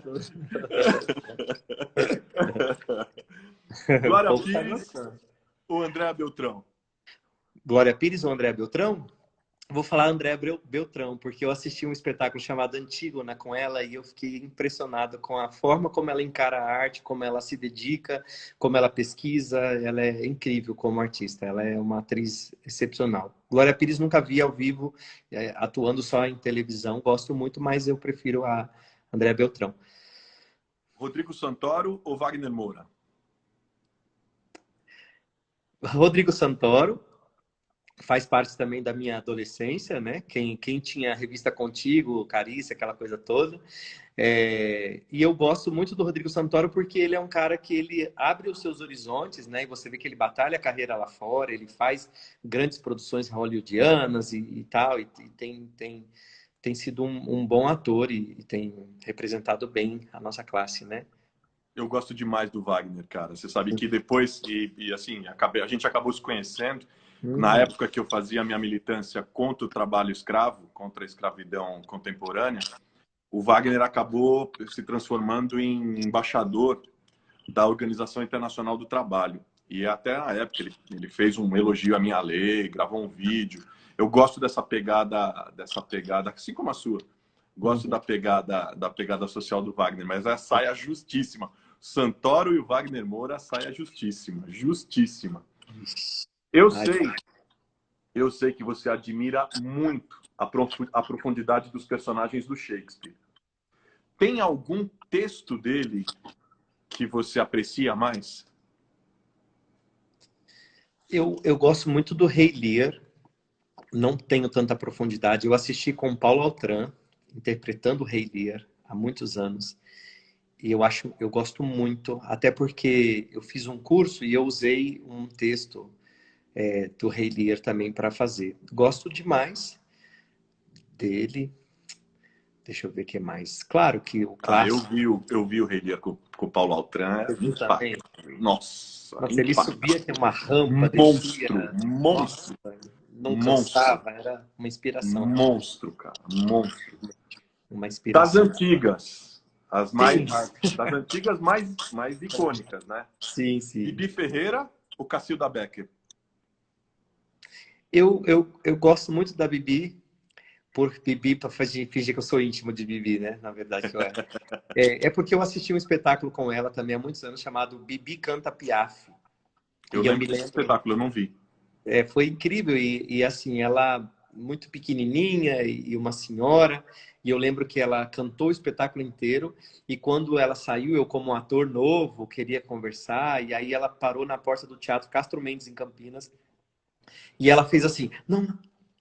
Aí eu falei: nossa, que estrela, que arrogante, não acredito. Ela me chamou, aí entramos pela porta do teatro. Ela disse: eu não falei lá fora porque tá frio e eu acabei de cantar muito, eu preciso preservar a minha voz. É por isso que eu te chamei para conversar aqui dentro. Então, ali ganhou muito respeito e realmente ela realmente foi um ícone, né, no teatro, toda a história, tudo. Então, A galera aqui, bora fazer vigília. Gente, não já tem que fazer estamos, vigília, gente. não. Olha aí, 10 ó. minutos, interrompe de novo e acabou. Vamos começar a Não tem oração do jeito. Davi Miranda agora, aleluia. A todos vocês que estão aqui, o irmão Zé, o conferencista José Luiz de Oliveira. Escuta, nós temos 10 minutos para fechar. Tá vendo? E eu Isso vou é o te fazer pressão do várias. inimigo. Ó. O Vou te inimigo fazer fica várias. querendo parar a nossa conversa, mas não tem problema. Tá muito legal. Diretores de teatro. Gabriel Vilela ou Antunes Filho? Gabriel Vilela. Também é um pouco contemporâneo, né? Quando eu estava deslumbrado com o teatro, quando eu bebia um pouco mais do teatro, aí eu tinha muito, gostava muito da forma como fazia. Na minha época era XPTO, era Gabriel Vilela, Ah, tinha vários, era muito legal, assim, né? Eram descobertas, né? Tipo, coisas. O Brasil estava transitando em muitas coisas, musical ou não, e aí vai, e muitas coisas psicodélicas, enfim. Mas eu gosto muito do Gabriel Vilela. melhor escola de teatro é? Ah, vou puxar a sardinha para a escola Claro. Bezalel, que é a nossa escola, Ó, né? Imagina, eu tô jogando vôlei, eu tô só levantando, hein? imagina, esquece, né, que a gente tem uma escola, né? A gente tem uma escola Bezalel, que é uma bênção e se baseia muito na história da Bíblia e as artes na Bíblia e tal. Mas eu não sei, rapaz. É porque eu fiquei muito tempo fora, né, do circuito cultural mesmo, por conta da igreja, de estar sempre na igreja. Então, quando eu saí, eu admirava muito Macunaíma, a Célia Helena, essas escolas de formação mesmo, com tanta responsabilidade. Hoje eu já não sei te dizer exatamente assim. A gente tem muita escola de musical em São Paulo, né? O pessoal tem sido muito assim. Só que existem as escolas mais comerciais, existem as escolas que gostam mais das pesquisas e tal, mas eu não tenho uma para falar hoje. Não é que eu esteja só puxando sardinha para o meu lado da escola Bezalel, mas eu não tenho uma escola para falar, vai nessa aqui, né? Bora. Papum. Um bom prato de arroz, feijão e salada de tomate é? Ideal. Ideal. Perfeito. Vegetariano ou vegano? Vegetariano sendo discipulado para virar um vegano. Ficar sozinho em casa é? Renovador, inspirador, eu amo. Muito bom. Criança com fome é responsabilidade de? Qualquer que se chame cristão, qualquer que se chame evangélico, é responsabilidade. Qualquer que ame, qualquer que esbanje amor. Eu acho que deveria ser a responsabilidade de qualquer ser humano, independente de qualquer lugar. Mas infelizmente a gente sabe que não é assim. Mas a partir do momento que você se converte ao evangelho, você tem um encontro real com Jesus, nunca mais você vai deixar uma criança passar fome do seu lado, porque o próprio Jesus disse: eu tive fome e me deste de comer, eu tive frio e me deste de vestir. Então é incompatível a gente falar que a gente é cristão e permitir que alguém passe fome do nosso lado, né? Timidez ou introversão? Introversão. Ser cristão é? Ser cristão é ser cristão é ser oh meu Deus, Ser cristão é servir, vai, vamos, talvez seja um pouco clichê, mas é isso, ser cristão é servir. Um filme. Um filme? Ah, eu chorei tanto com um filme turco, né, se eu não me engano. Não sei se você viu O Milagre da Cela 7. Não, ainda Não? não. Eu vi que tá no. Assiste. Eu ameacei algumas vezes e não vi. Não, você assiste. É muito Vou ver. interessante, porque é bonito. É Vou ver. feito Já tinha ouvido por... falar. Sim, O Milagre da Cela 7 é muito legal, é diferente. Você chora, se chora. E eu gosto, eu particularmente gosto. Na verdade, eu indico três coisas. O Milagre da Cela 7, tem uma série chamada Califado, não sei se você já viu. Vi, amei, É gostei muito demais. Aquele silêncio no final é terrível, né? Sensacional. Na minha vida é incrível. A gente entende um pouco mais. E tem uma outra chamada Nada Ortodoxa, que a gente entende um pouco mais sobre os judeus ortodoxos e também é muito interessante. É muito A Patrícia, minha mulher, viu, amou, gostou demais. É muito Ela viu. porque a gente começa a conhecer um pouco mais das outras culturas e tal. É muito legal mesmo. Ó, as 5 finais, tá? Certo. E aí a tua surpresa. Nós temos, pelo que eu tô vendo aqui, nós temos 7 minutos. Eita. Um personagem bíblico que você gostaria de ter sido pelo menos um dia. José, do Egito. Com a minha túnica colorida, dançando pelos lugares, e com a música do Andrew Lloyd Webber no fundo, e eu fazendo as cenas. E acho que seria. Não precisava passar pela cisterna, nem pela prisão, mas eu gostaria de ser o José com o morto colorido, sonhando, altos sonhos. Um personagem bíblico que você jamais queria ser. Sansão. Por quê? Porque eu não queria desperdiçar nada do que Deus me desse para me tornar um bobo da corte, um piadista. Eu não queria usar minha força para me tornar só alguém que ia contar piadas, né? Uma cena bíblica que você queria muito poder ter participado. Nossa, a abertura do Mar Vermelho, hein? Poxa vida, imagina a cena. Nem Spielberg, em toda a sua glória, conseguiria montar aquele negócio. Haja efeitos especiais para dar conta. Rapaz, né, imagina a cena, o tanto de figurino, de figurante, de animal, cavalo. Eita, deve ter sido incrível, incrível, muito legal. Eu queria muito ter participado desse momento. Uma cena bíblica que você jamais queria ter participado. Jamais. Eu acho que a crucificação. Eu acho que eu não gostaria de ter visto tudo aquilo, porque como a gente eu principalmente, né, sofro muito com o próximo, acho que seria ver quem você ama passando por tudo que Jesus passou. Acho que só de ver pregando as mãos dele já para mim seria o fim, né? Seria muito difícil. Então eu não gostaria de estar ali, né? A última. Pandemia é? Pandemia. Poxa, que pergunta difícil. Difícil. Né? Pandemia pode ser uma redescoberta. Pandemia é engraçado, né? Porque a pandemia ela é triste para muitas pessoas. Ela é sinônimo de tristeza para muitos, é sinônimo de redescoberta boa para outras pessoas. Então, é um mix de emoções, né? A gente não consegue definir, acho que, uma palavra, porque é tão... Dói, né? Eu acho que é dor, né? Eu estava vendo uma série chamada Império Romano e eu vi a peste antonina e eu vi como, meu Deus, assolou, né, aquele império. E eu vi a mesma coisa que aconteceu lá, eu vejo acontecendo aqui, não sabendo lidar. Então, acho que pandemia é viver na fé, né?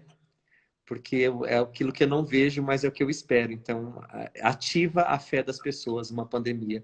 Porque você fica exatamente, acho que quando Deus falou, eu vou te levar para uma terra que eu te mostrarei, para Abraão, né? Então, acho que todos nós estamos assim, independente das religiões, todos nós estamos vivendo em fé por não saber o que vai acontecer no dia de amanhã. Então, pandemia para mim é ativar a nossa fé, né?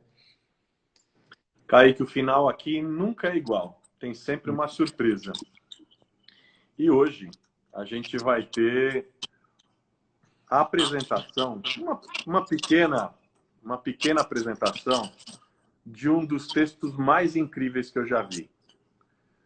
Com vocês, Kaique Oliveira, num trecho de Rua Azusa. Certo, ok.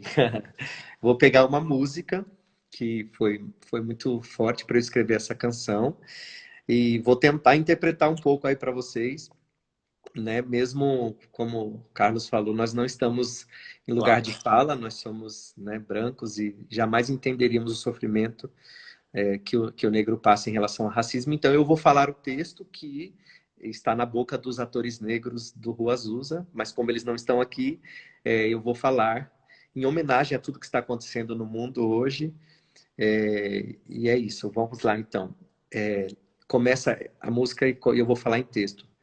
São os escravizados recebendo a notícia que eles foram libertos. Então começam a cantar e dizem: levou-me à casa do banquete, levantou o estandarte do amor sobre mim. Passou o inverno, a chuva cessou e se foi. O tempo de cantar chega declarando para todos que é o fim. Os açoites me fizeram mais fortes. Eles verão quão forte sou e se envergonharão. Eu também sou América. Sou negro como a noite é negra. Negro como as profundezas da minha África. Da minha África. Aí eles começam a cantar uma parte que diz assim: quebrei as pedras. Calma, gente, que deu um branco aqui, como nada. Aí fala: minha casa do banquete, não, estandarte do amor sobre mim. Não, inverno e a chuva passou e se foi. O tempo de cantar chega declarando para todos que é o fim. As ações eram mais fortes. Sou América. Eu como a noite é negra, negros como a profundeza da minha África, da minha África. Aí fala: plantei, colhi com as minhas mãos essa terra preparei. Sou América e tenho as minhas mãos em país. Com a força das minhas mãos ergueram-se as pirâmides do além. Eu cortei pedras para as paredes da Casa Branca. Meu suor regou essa terra e fez brotar a minha raiz. Então, é mais ou menos isso o texto. Me perdoem por ter errado, por ter esquecido. O que é isso? Nem fala uma coisa dessa. Fala uma coisa dessa. Kaique, eu nem sei como te agradecer, cara. Poxa, foi tão legal. Meu, eu tava com muito medo dessa live, porque essa live também foi tão legal. Ai, que mentira, eu fiquei escondido vendo umas lives que eu falava: meu Deus, esse povo é muito inteligente, fala umas coisas, o pastor Carlos fala umas coisas aí que eu, meu Deus, será que eu vou saber responder? Ufa, mas obrigado aí por tudo. Cara, que bom, cara, né? que inspiração. Cara, que aula de vida, que sabedoria. Olha, eu tô aqui que eu falo que nas lives eu fico aqui, eu fico numa situação relativamente confortável, né? Porque eu vou aqui pensando, ouvindo, escutando e perguntando. Mas eu tô sempre aprendendo. E essa foi uma noite, eu sei que eu creio que esse é o sentimento de todo mundo que estava aqui. Uma noite de muito aprendizado, cara. Muito obrigado. Deus te abençoe, te fortaleça. Que seu ministério seja ampliado ainda muito mais. Você alcance muito mais gente, que você inspire muito mais gente e que o seu talento continue sendo utilizado para transformar esse mundo num lugar muito melhor. Amém, porque você é um cara muito usado para isso. Obrigado, meu velho. Obrigado pela oportunidade. Agradeço a oportunidade em nome de Jesus, como eu dizia na igreja que eu fui criado. E também agradecer por você ser uma pessoa que mostra o cristão, né, como alguém inteligente, alguém profundo, alguém que se importa com a causa humana. E isso é muito bom. Então, você segurando a corda de um lado aí, né, na sua área, eu segurando aqui. Eu sei que tem várias pessoas aqui que estão cada um segurando a sua corda e juntos nós vamos passar por tudo que nós estamos vivendo hoje. Eu quero te agradecer de coração. Foi muito bom para mim, acho que foi uma noite muito boa. Eu estava realmente com medo, achei que ia terminar 10h30 e que bom que a gente prolongou mais 1 hora e eu estou muito feliz. Quase vira vigília, quase né? vira vigília. É verdade. Então, Pessoal, obrigado. Pessoal, como eu disse, para quem chegou agora, não acompanhou tudo, a live está gravada, ela vai ser disponibilizada amanhã à tarde no meu canal, youtube.com/Carlos Bezerra JR Oficial. Nos próximos dias, ela também vai ser disponibilizada em formato de podcast nas plataformas Deezer e no Spotify. É só você procurar por Carlos Bezerra JR, Carlos Bezerra Júnior. Obrigado por todos vocês que estão com a gente aqui. Obrigado por acompanharem o trabalho, por apoiarem, por estarem com a gente. Sigam o Kaique, sigam o Companhia Nici. Eles fazem um belíssimo trabalho e apoiem. O trabalho é feito, mas precisa de apoio. Kaique, conte com o meu apoio, com a minha divulgação e mais do que isso, com a minha parceria. O que eu puder fazer para construir parcerias para vocês, você conta com esse mano aqui. Beijo para você e para todo mundo que está com a gente. Obrigado, meu querido. Deus abençoe. Um beijo para todo mundo. Vi vários amigos e amigas aí nos recadinhos aí. Um beijo para todo mundo. Deus abençoe, viu? Valeu, tchau. Valeu, obrigado.